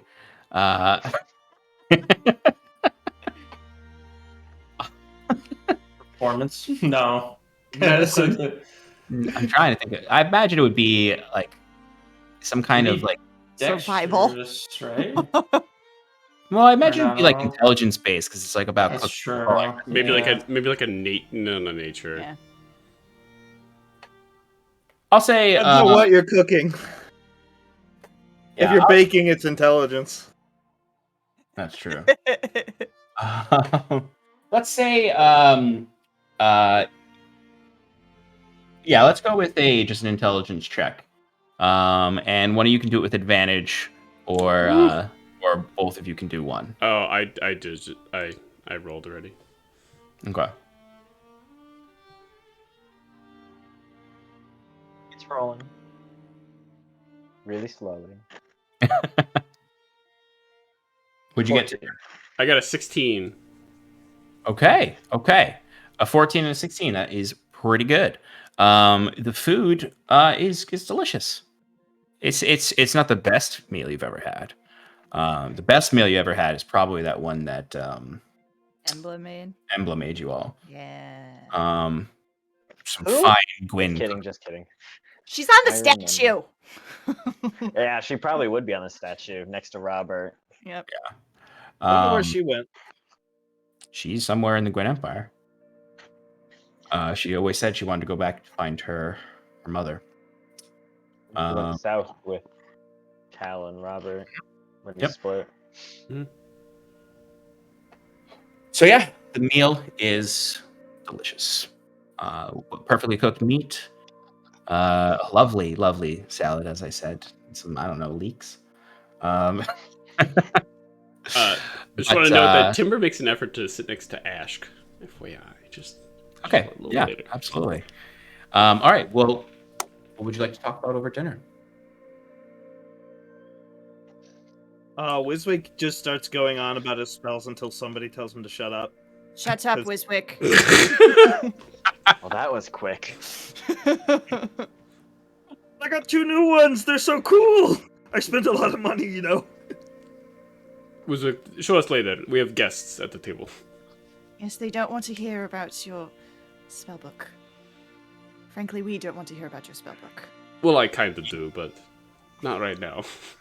You notice when Ashk is eating, like his face is demonstrating absolute pure joy and decadence because he probably has not eaten real food in a long time.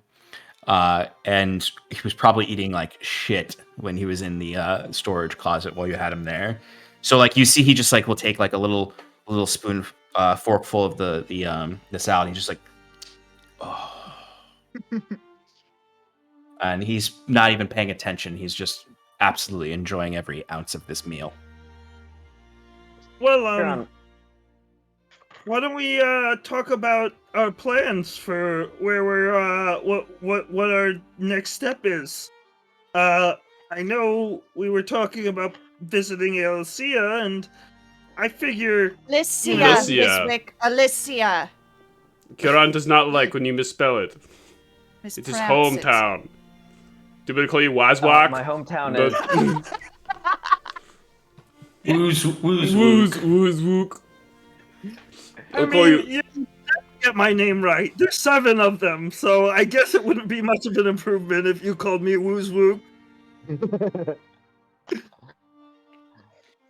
Well, But- Alicia is where the final shard stands, and it could be one of the strongest allies we can gather in the war to come. So, I mean, It's- we could probably go there really quickly, but I feel like just for safety's sake, maybe we take smaller teleports and have a few days of travel. Just, you know, take our time with it, catch up with some people along the way. How does that sound? Where are we trying to get to access the Underdark? well, there was the entrance in Driftmarsh, correct, Wiswick, where you knew some of those individuals. Yes. I had thought that might be a safe entry point for us. And it's not too far south of Alicia. It'll take us to the Ajanari Valley, where we can potentially head to my home village, maybe figure out what's going on, and then from there, we can make more concrete plans. Unfortunately, what happens with Alicia, news of it does not get here, and Well, I don't want to bother too many people with sending spells before we arrive.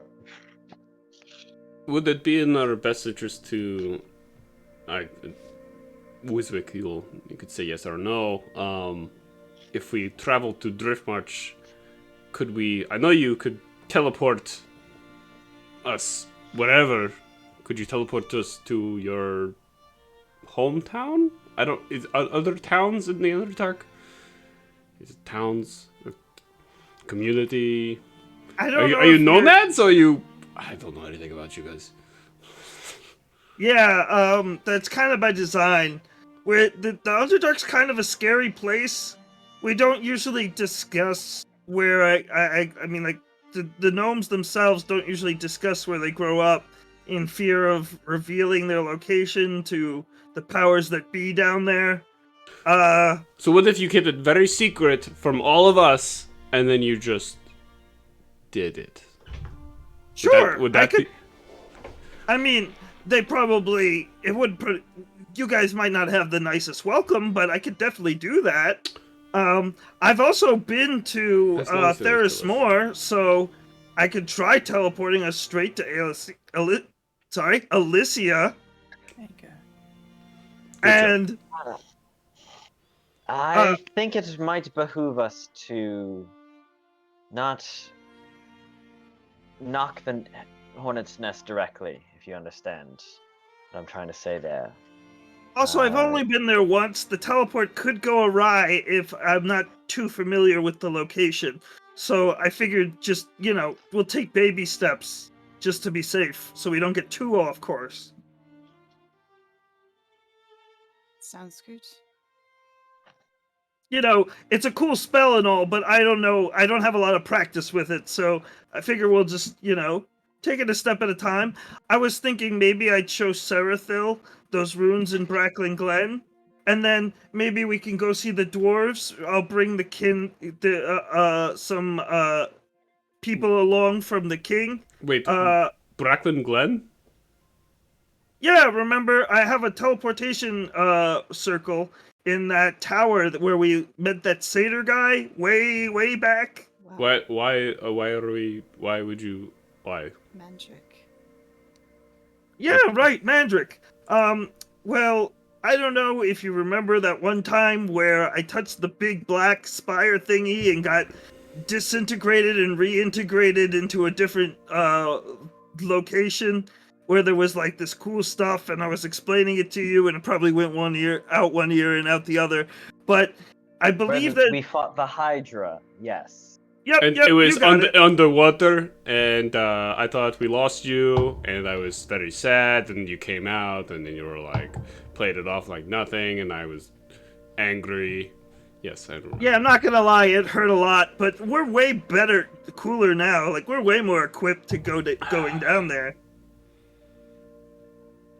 Well, anyway, I believe that Sarathil here told me once about this wizard that, hold on, I have it somewhere in my notes. I remember people's names if I write them down. I believe it's Godswin. Yes! Too. Thank you. Yeah, I figure if we can go over there and research things that things about Godswin, maybe we could learn more about some of the more issues in the Morseer conflict, and perhaps learn some new and interesting magics. Maybe we could make use of that spire. Do we There's need a lot to do of that? maybes in that sentence you just said, Wiswick. Right. Did We you can't need to do afford that maybes. now? We should. Kind of like a now or never type thing. Is it never? I mean, when else are we gonna find time to do that? Plus, if my theory's correct, we could probably teleport straight to Driftmarch from there. There's a portal inside of the spire, if I remember correctly. Sarathil, Huron says, turning from Wiswick to Sarathil. This Godswin, did he have magic that would aid us in fighting the Pallid King? I would absolutely believe so. He was actually the major force that the Gwyn Empire in my day were fighting for. They were trying to secure the magic that Godswin knew. And look how that turned out for them. If there's some remnants of his, something to be learned from him, it could be very valuable. Sean, did you mention that he was still? How did refresh my memory, Wiswick? How do you know of Godswin again? They saw a bunch of they visited his shattered spire, and they saw a few different things. They saw a painting of him. They met a botched clone of him named Zafra. And they also, where they learned his exact name was they restored a ever-flowing fountain in Brackland Glen that once it was restored, a statue of him appeared with his name written there. That's where he learned the name Godswin. Well, technically, I gave you the direct translation of it. But yeah. Gotcha. Okay. That's what I know. And Wiswick's bamped all around inside the shattered spire. Because he liked to touch things. Yeah, so a force that was able to put the Gwyn Empire to nearly the brink of collapse maybe just might have something. I've always wanted to know just how strong that human was able to achieve such power. And you would know, Sarathil, that after the destruction of the Lay Sanctum, Godswin teleported his spire. Yeah. Out of the material plane. Right. And I guess they would kind of have this information would be new to you that the spire shattered and parts of it were fused into different aspects of the planes of existence. Okay.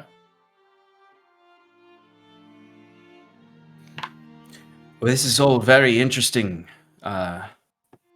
places for you to go exploring. It seems all your roads lead to Elysia.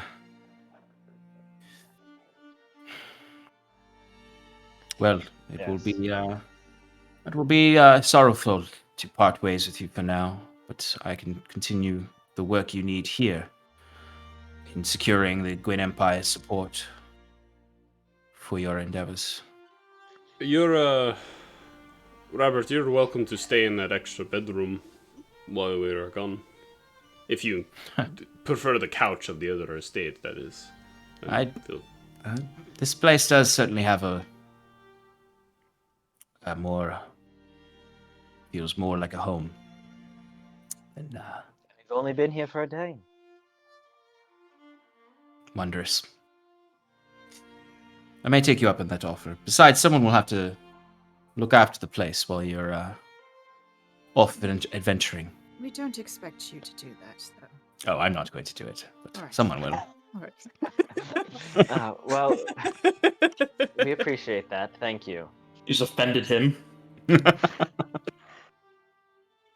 Me doing hard labor. Once a prince, always a prince. But yeah, yes.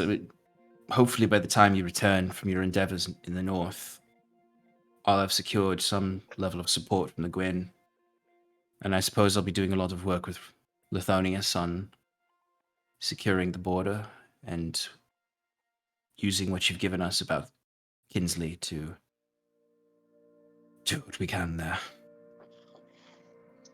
Kieran kind of moves aside his plate and leans forward. And have you given thought to making yourself known? Not yet, Kieran. That's a Timber interrupts. Well, Lithonius certainly wishes for it, but part of me believes he just wants to see that before he dies. He's also an old man. And during their time, proclamations of rulership meant more.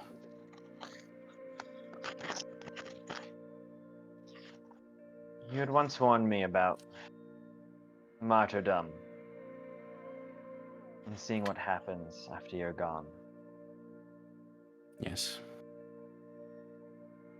But You let it happen.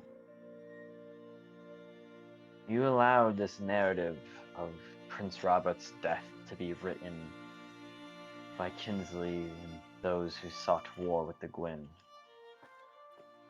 You could have stepped in at any moment and said, no, here I am, Prince Robert. But you let them. Why?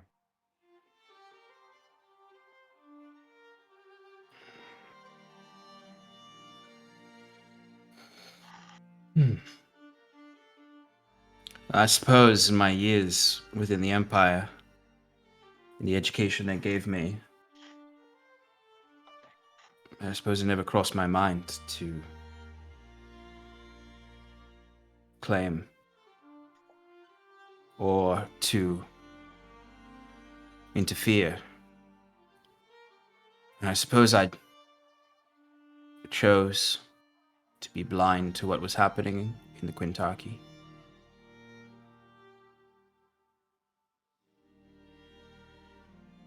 Not just blind.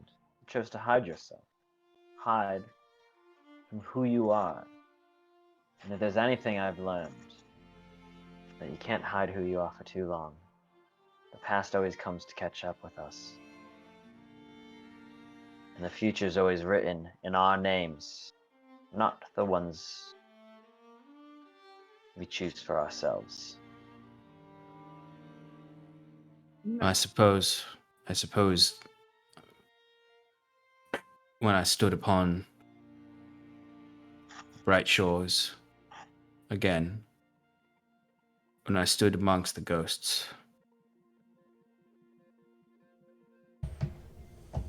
I felt great shame. And I let that shame bury me.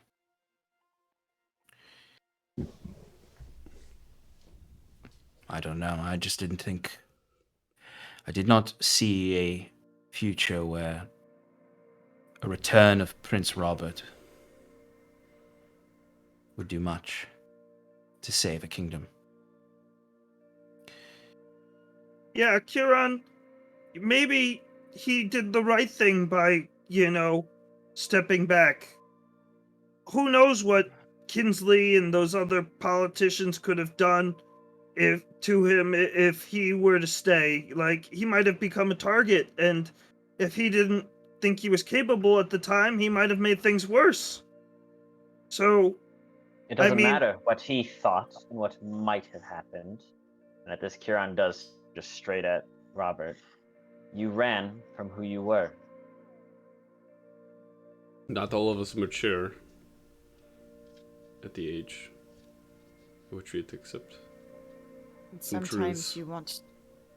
It's not about maturing. It's about being true to who you are. Sometimes you don't want to be. were you to say It's not. that he is a king or a prince, I'm I not think saying that he's allowed to make those choices himself, does he not? Who As he far- truly is? I mean, Wiswick might be a prince. We don't know. Lord help this realm. No, you're not wrong, Kieran. I did flee. And I did hide. And I believed myself to be forsaken. And often that is a selfish choice. It was easier to receive a second chance at a life. When I went into the sea, I watched the pillars of light dance around, mingled with fire. And I looked around to see blood in the water. In the men and women I led, drowning, pulled beneath the waves by their own armor and banners, like choking seaweed. And I was spared. For some reason. Even though it was my fault. That all those souls now lay restless beneath the sand. And I've tried. Perhaps more recently than before. To do what I can to rectify that sin. Like I said to Lithonius, in the times of that war, I believed I was fighting for God, for the Everflame. And I have been taught new things, and it would be wrong of me not to say that the last 2 months or so has had its own effect. 18 years with the Gwyn Empire, and I learned so much. But none of it changed me like meeting you all did.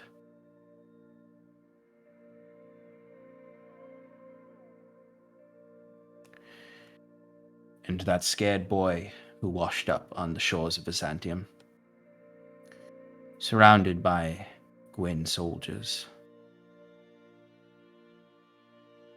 Well, some may say the Gwyn coddled me, brought me into their fold to fatten me for the right moment for slaughter. Truthfully, I was more of a hostage, until I learned their ways, and earned a sense of freedom. And now, But you're wiser and older and stronger. But the sins of the past cannot be rectified in the skin of another. It's Prince Robert who must atone for those sins, not Ariel Clay. And I'm not asking you to take the mantle of King of the Quintarchy. If you don't want it, you shouldn't take it. But don't hide from who you are. That is all I suggest.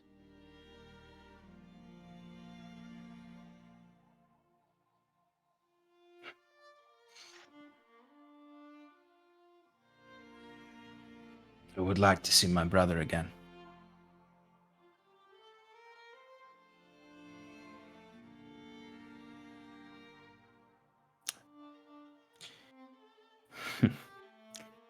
This has been a delicious meal.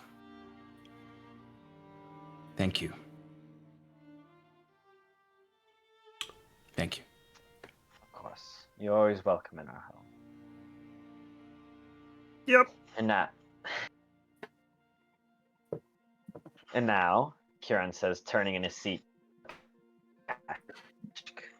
Our other guest of honor, Ash. Oh, do you How have are an you uplifting enjoying everything? speech for me?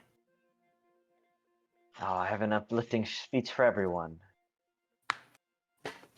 I believe, actually, that we're almost at our 30 days. Someone's been counting. Oh, counting, thinking, wondering just what to do with you. Our little chained god fragment. And I have a question for you. Oh, Ashk of the Shifting Sands. Why haven't you tried to escape?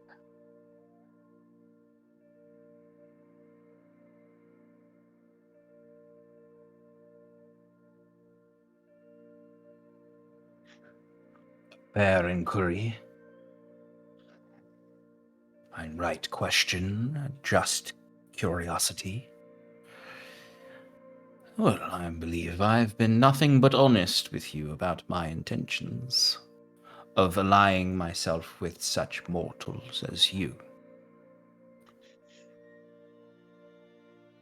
I have not tried to escape because you are interesting. Oh, you flatter us. You spend thousands and thousands and eons with the drama of deities. I don't know. Mortals. Curious creatures. But if my calculations are correct, I think I have a better chance of survival with you all than on the run. Do I think you'll succeed? No. No. I think you'll all be dead by the end of the year. But you seem to be the only ones trying to succeed. And perhaps for once in a long, long history, running is not the smart choice. So then, let me ask you, what would you do, given your freedom? No more geas holding you here. No more chains of mortal make, at least, holding you back.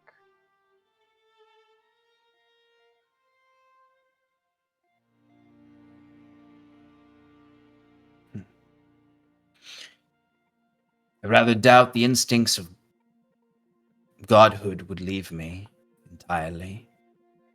Though I have thought, as I sat on the barrels amongst the sacks of flour in this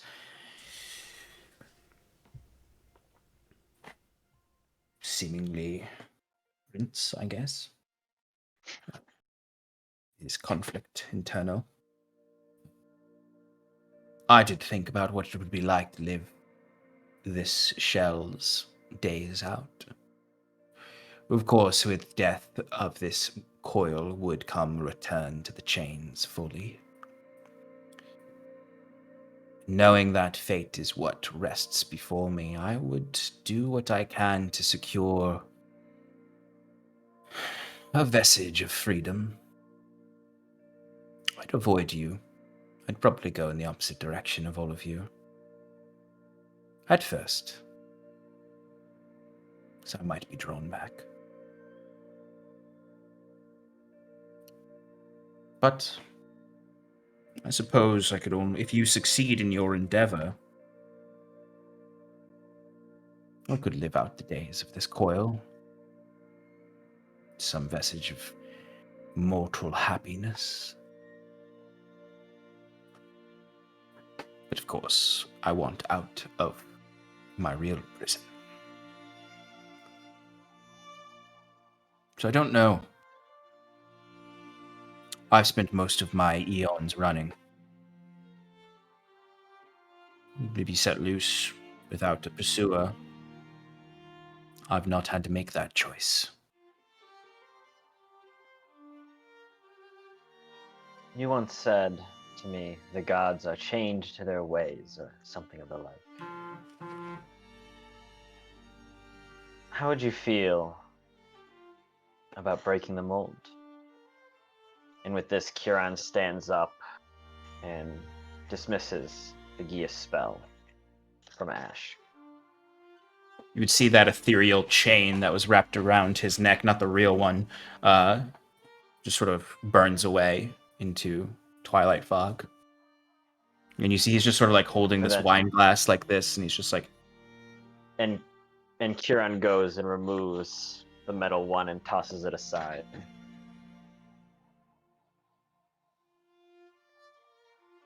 Wiswick leans over to Kieran and says, buddy, I thought you were gonna kill him after you freed the Geas. Is that still the plan?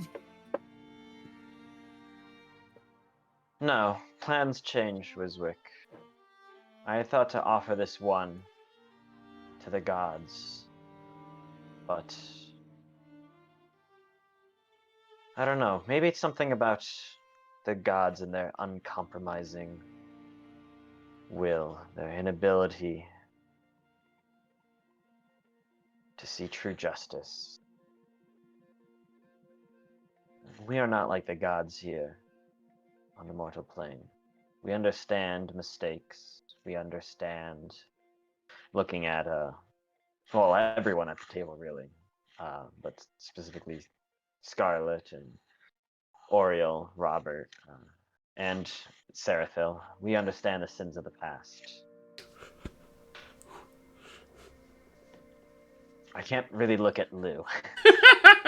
And that's not quite your fault. Well, I And mean, I gotta say, that's pretty big of you. Maybe, you know, a little bit of mortality will be good for him. Maybe change the agree. way they do things. And if you would seek to rid yourself of the chains from the rest of your existence, oh Ashk of the Shifting Sands, maybe you tell us the secret of where they keep those chains, gods.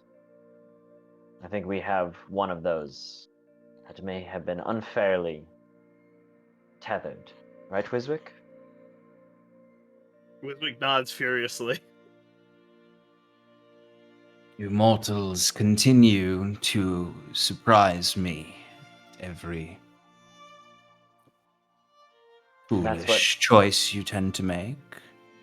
And that's what separates us from the gods, right?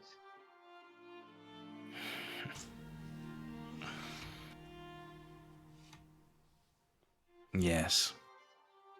You see, he finishes the wine in his glass, sets it down,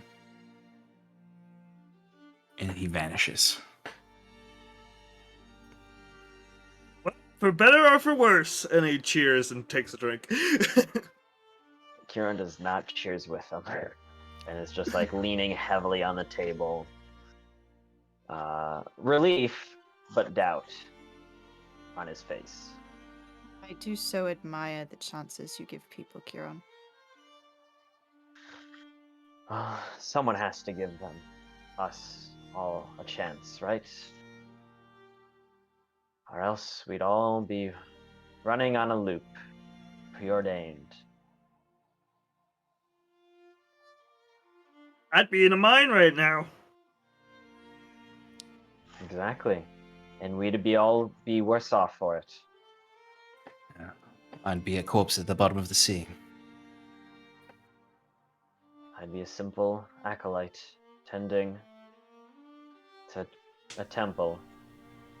It's a very small in Elysia. I'd be a murderer.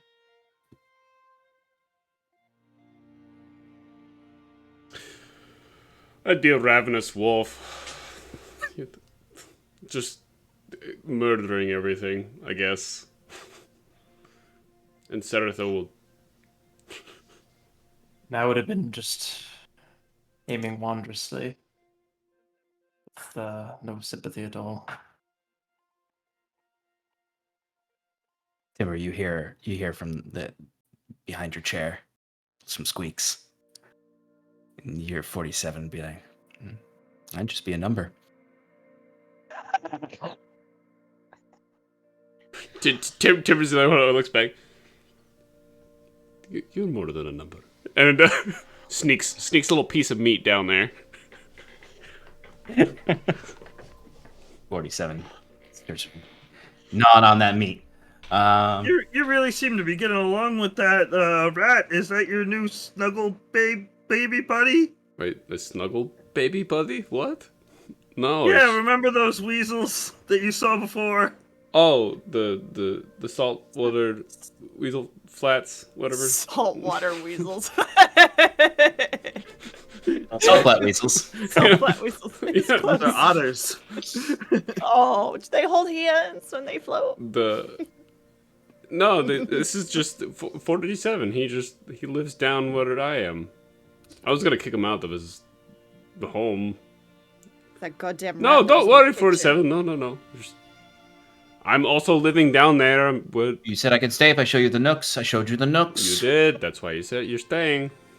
I just All right. fed you. Who's he talking to? Why is he squeaking like that? I don't know. Since I talked to Lou, I could kind of talk to animals. Can you tell me what Jet's saying? And I summon Jet.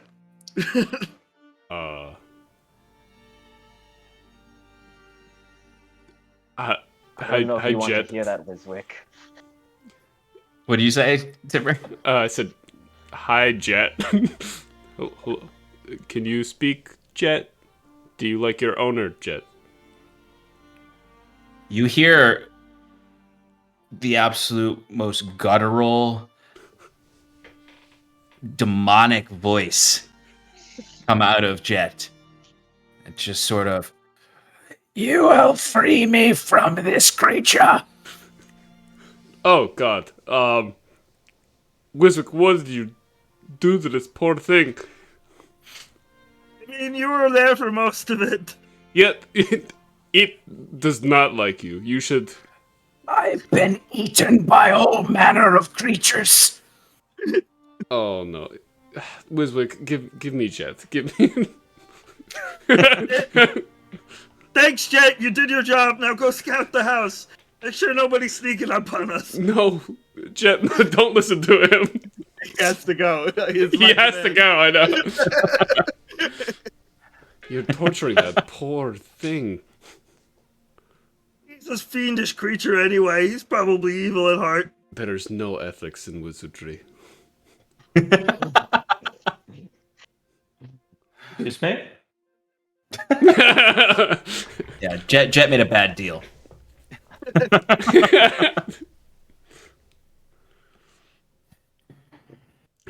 Well, I suppose it's time for pie. Is that what Pie, you yes, brought? Of course. What kind of pie? It's a blueberry pie. Not porcupine. It's not a porcupine pie. Porky Pie. Porcupine.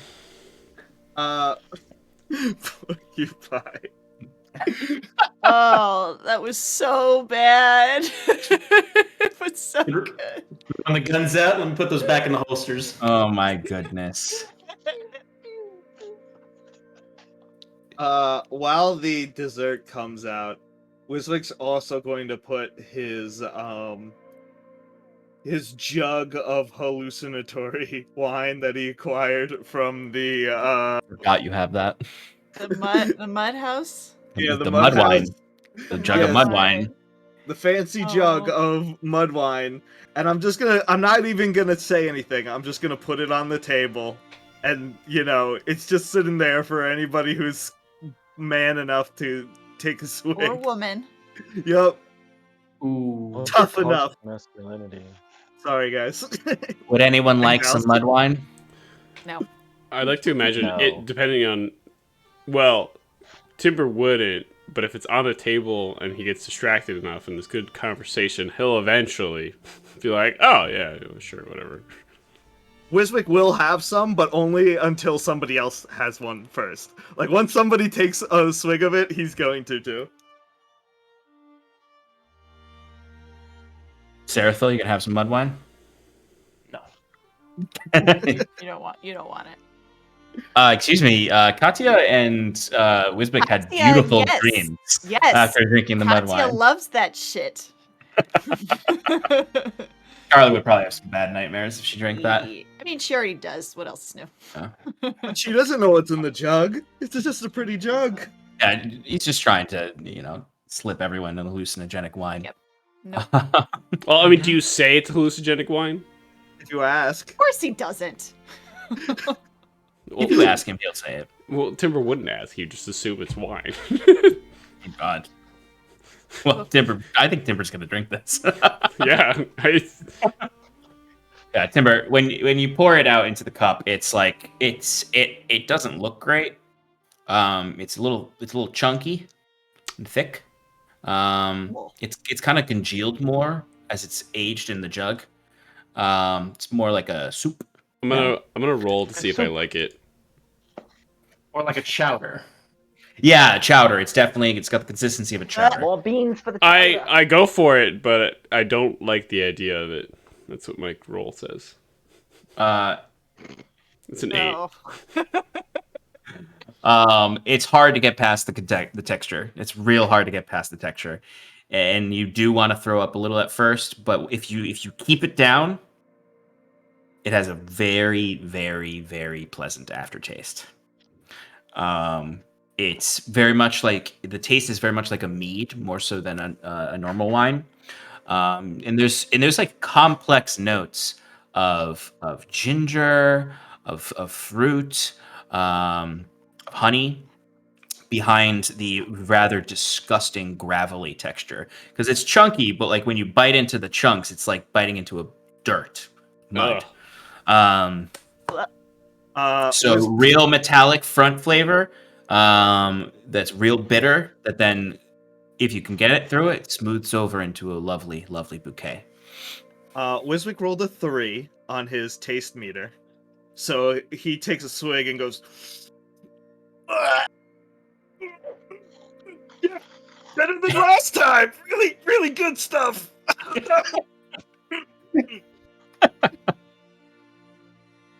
Okay. Yeah. I think as you complete the meal, you have lovely conversations about adventures you've had before.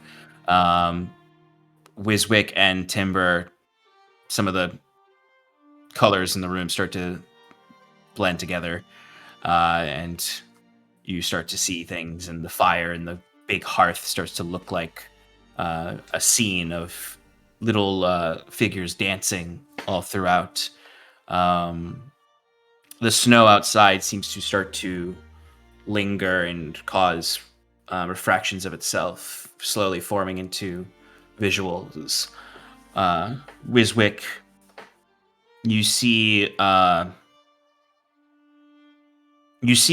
Smoothhold, like visuals of Smoothhold, just like it's in this semi-altered state, because if you don't drink too much more, it'll be kind of a minor hallucinogenic experience. What's really daunting you is the idea of going home again. That there's a chance you might see home again soon. And it fills you with a mixture of excitement and fear for what the state of it is. Timber, you would see visuals in the snow of a silver wolf running free through the night. And in the fireplace, the dancing figures would shift to a raging wolf, but the fire looks of golden fur, and you get a warm feeling. As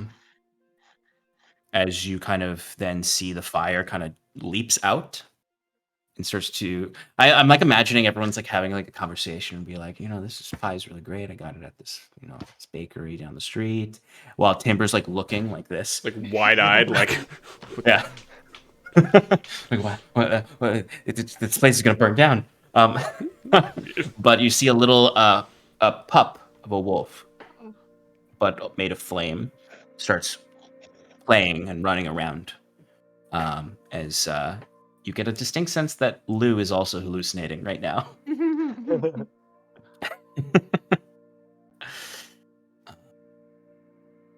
But you enjoy the rest of the evening and the conversation and dinner.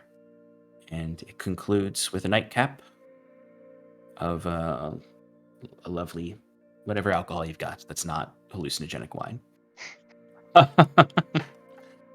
As the first night in the Wayward House, the Manor. Wayward Home, the Wayward Manor, is complete with a lovely supper and some kind words and the freeing of a chained god.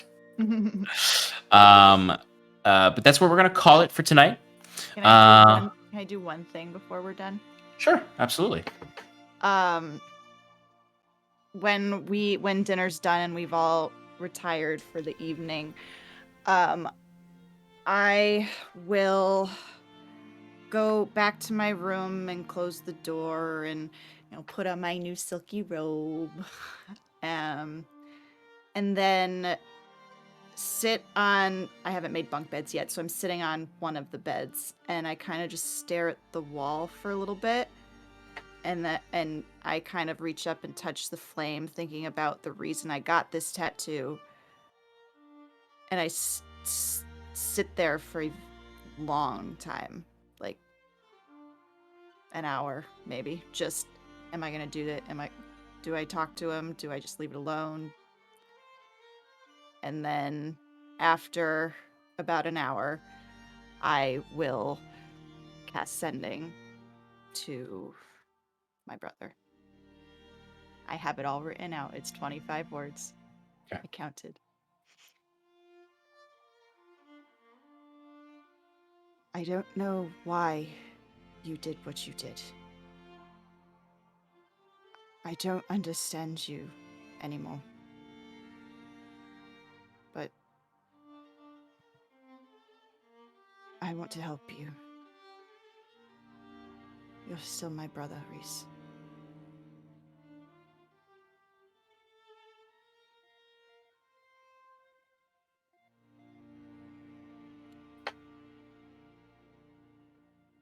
And that's where we're going to end. Ah, damn it!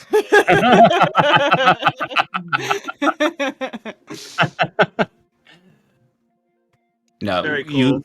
Yeah, That's, yeah. that's nice. You can end it there. It's fine. I can Alright. wait a week. I'll say all you hear back at first is Rowan. Hmm. And then we'll get to the rest of the message next week. So I can make it real good. Or real mean. We'll see.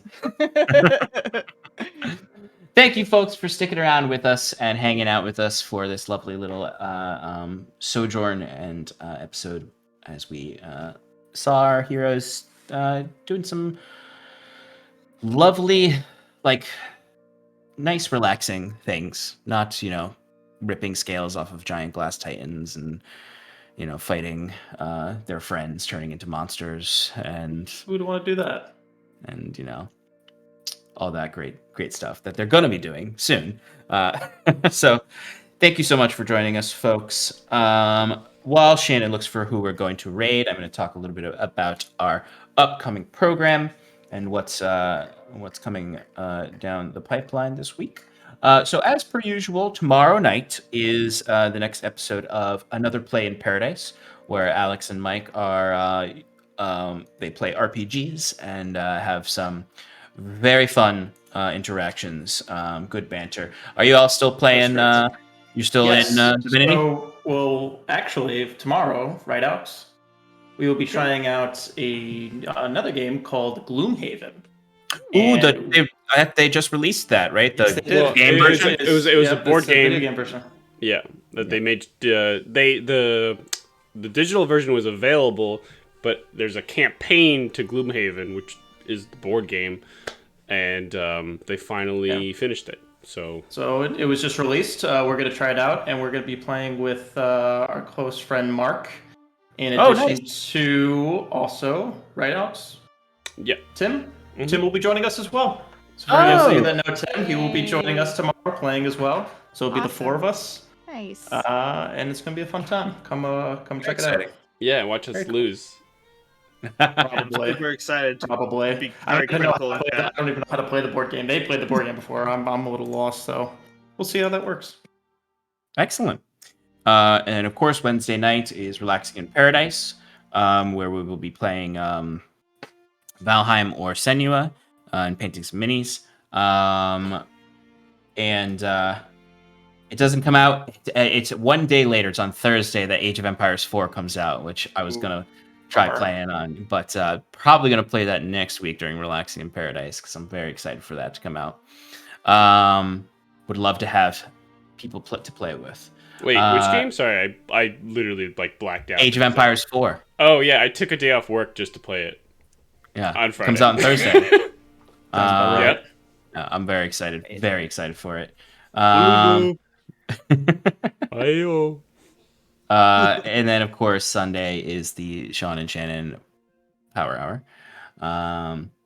It's a very powerful hour where we recap the previous episode. We'll talk a little bit about tonight's episode, talk about some speculations, maybe some speculations on what Ash is doing now and where you all will go next. And of course, Shannon and I play on the Scales Above on Friday nights over on the Roll for Damage channel. So go check that out. But yeah, thank you so much for joining us. We are going to be rating. Let's see, who are we rating, Shannon?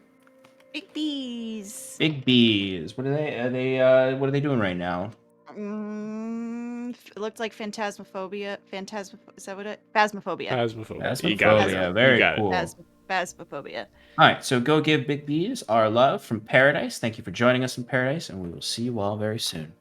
Good night. Say good night, guys. Good night, guys. No, goodbye. I will not say goodnight again. Goodbye.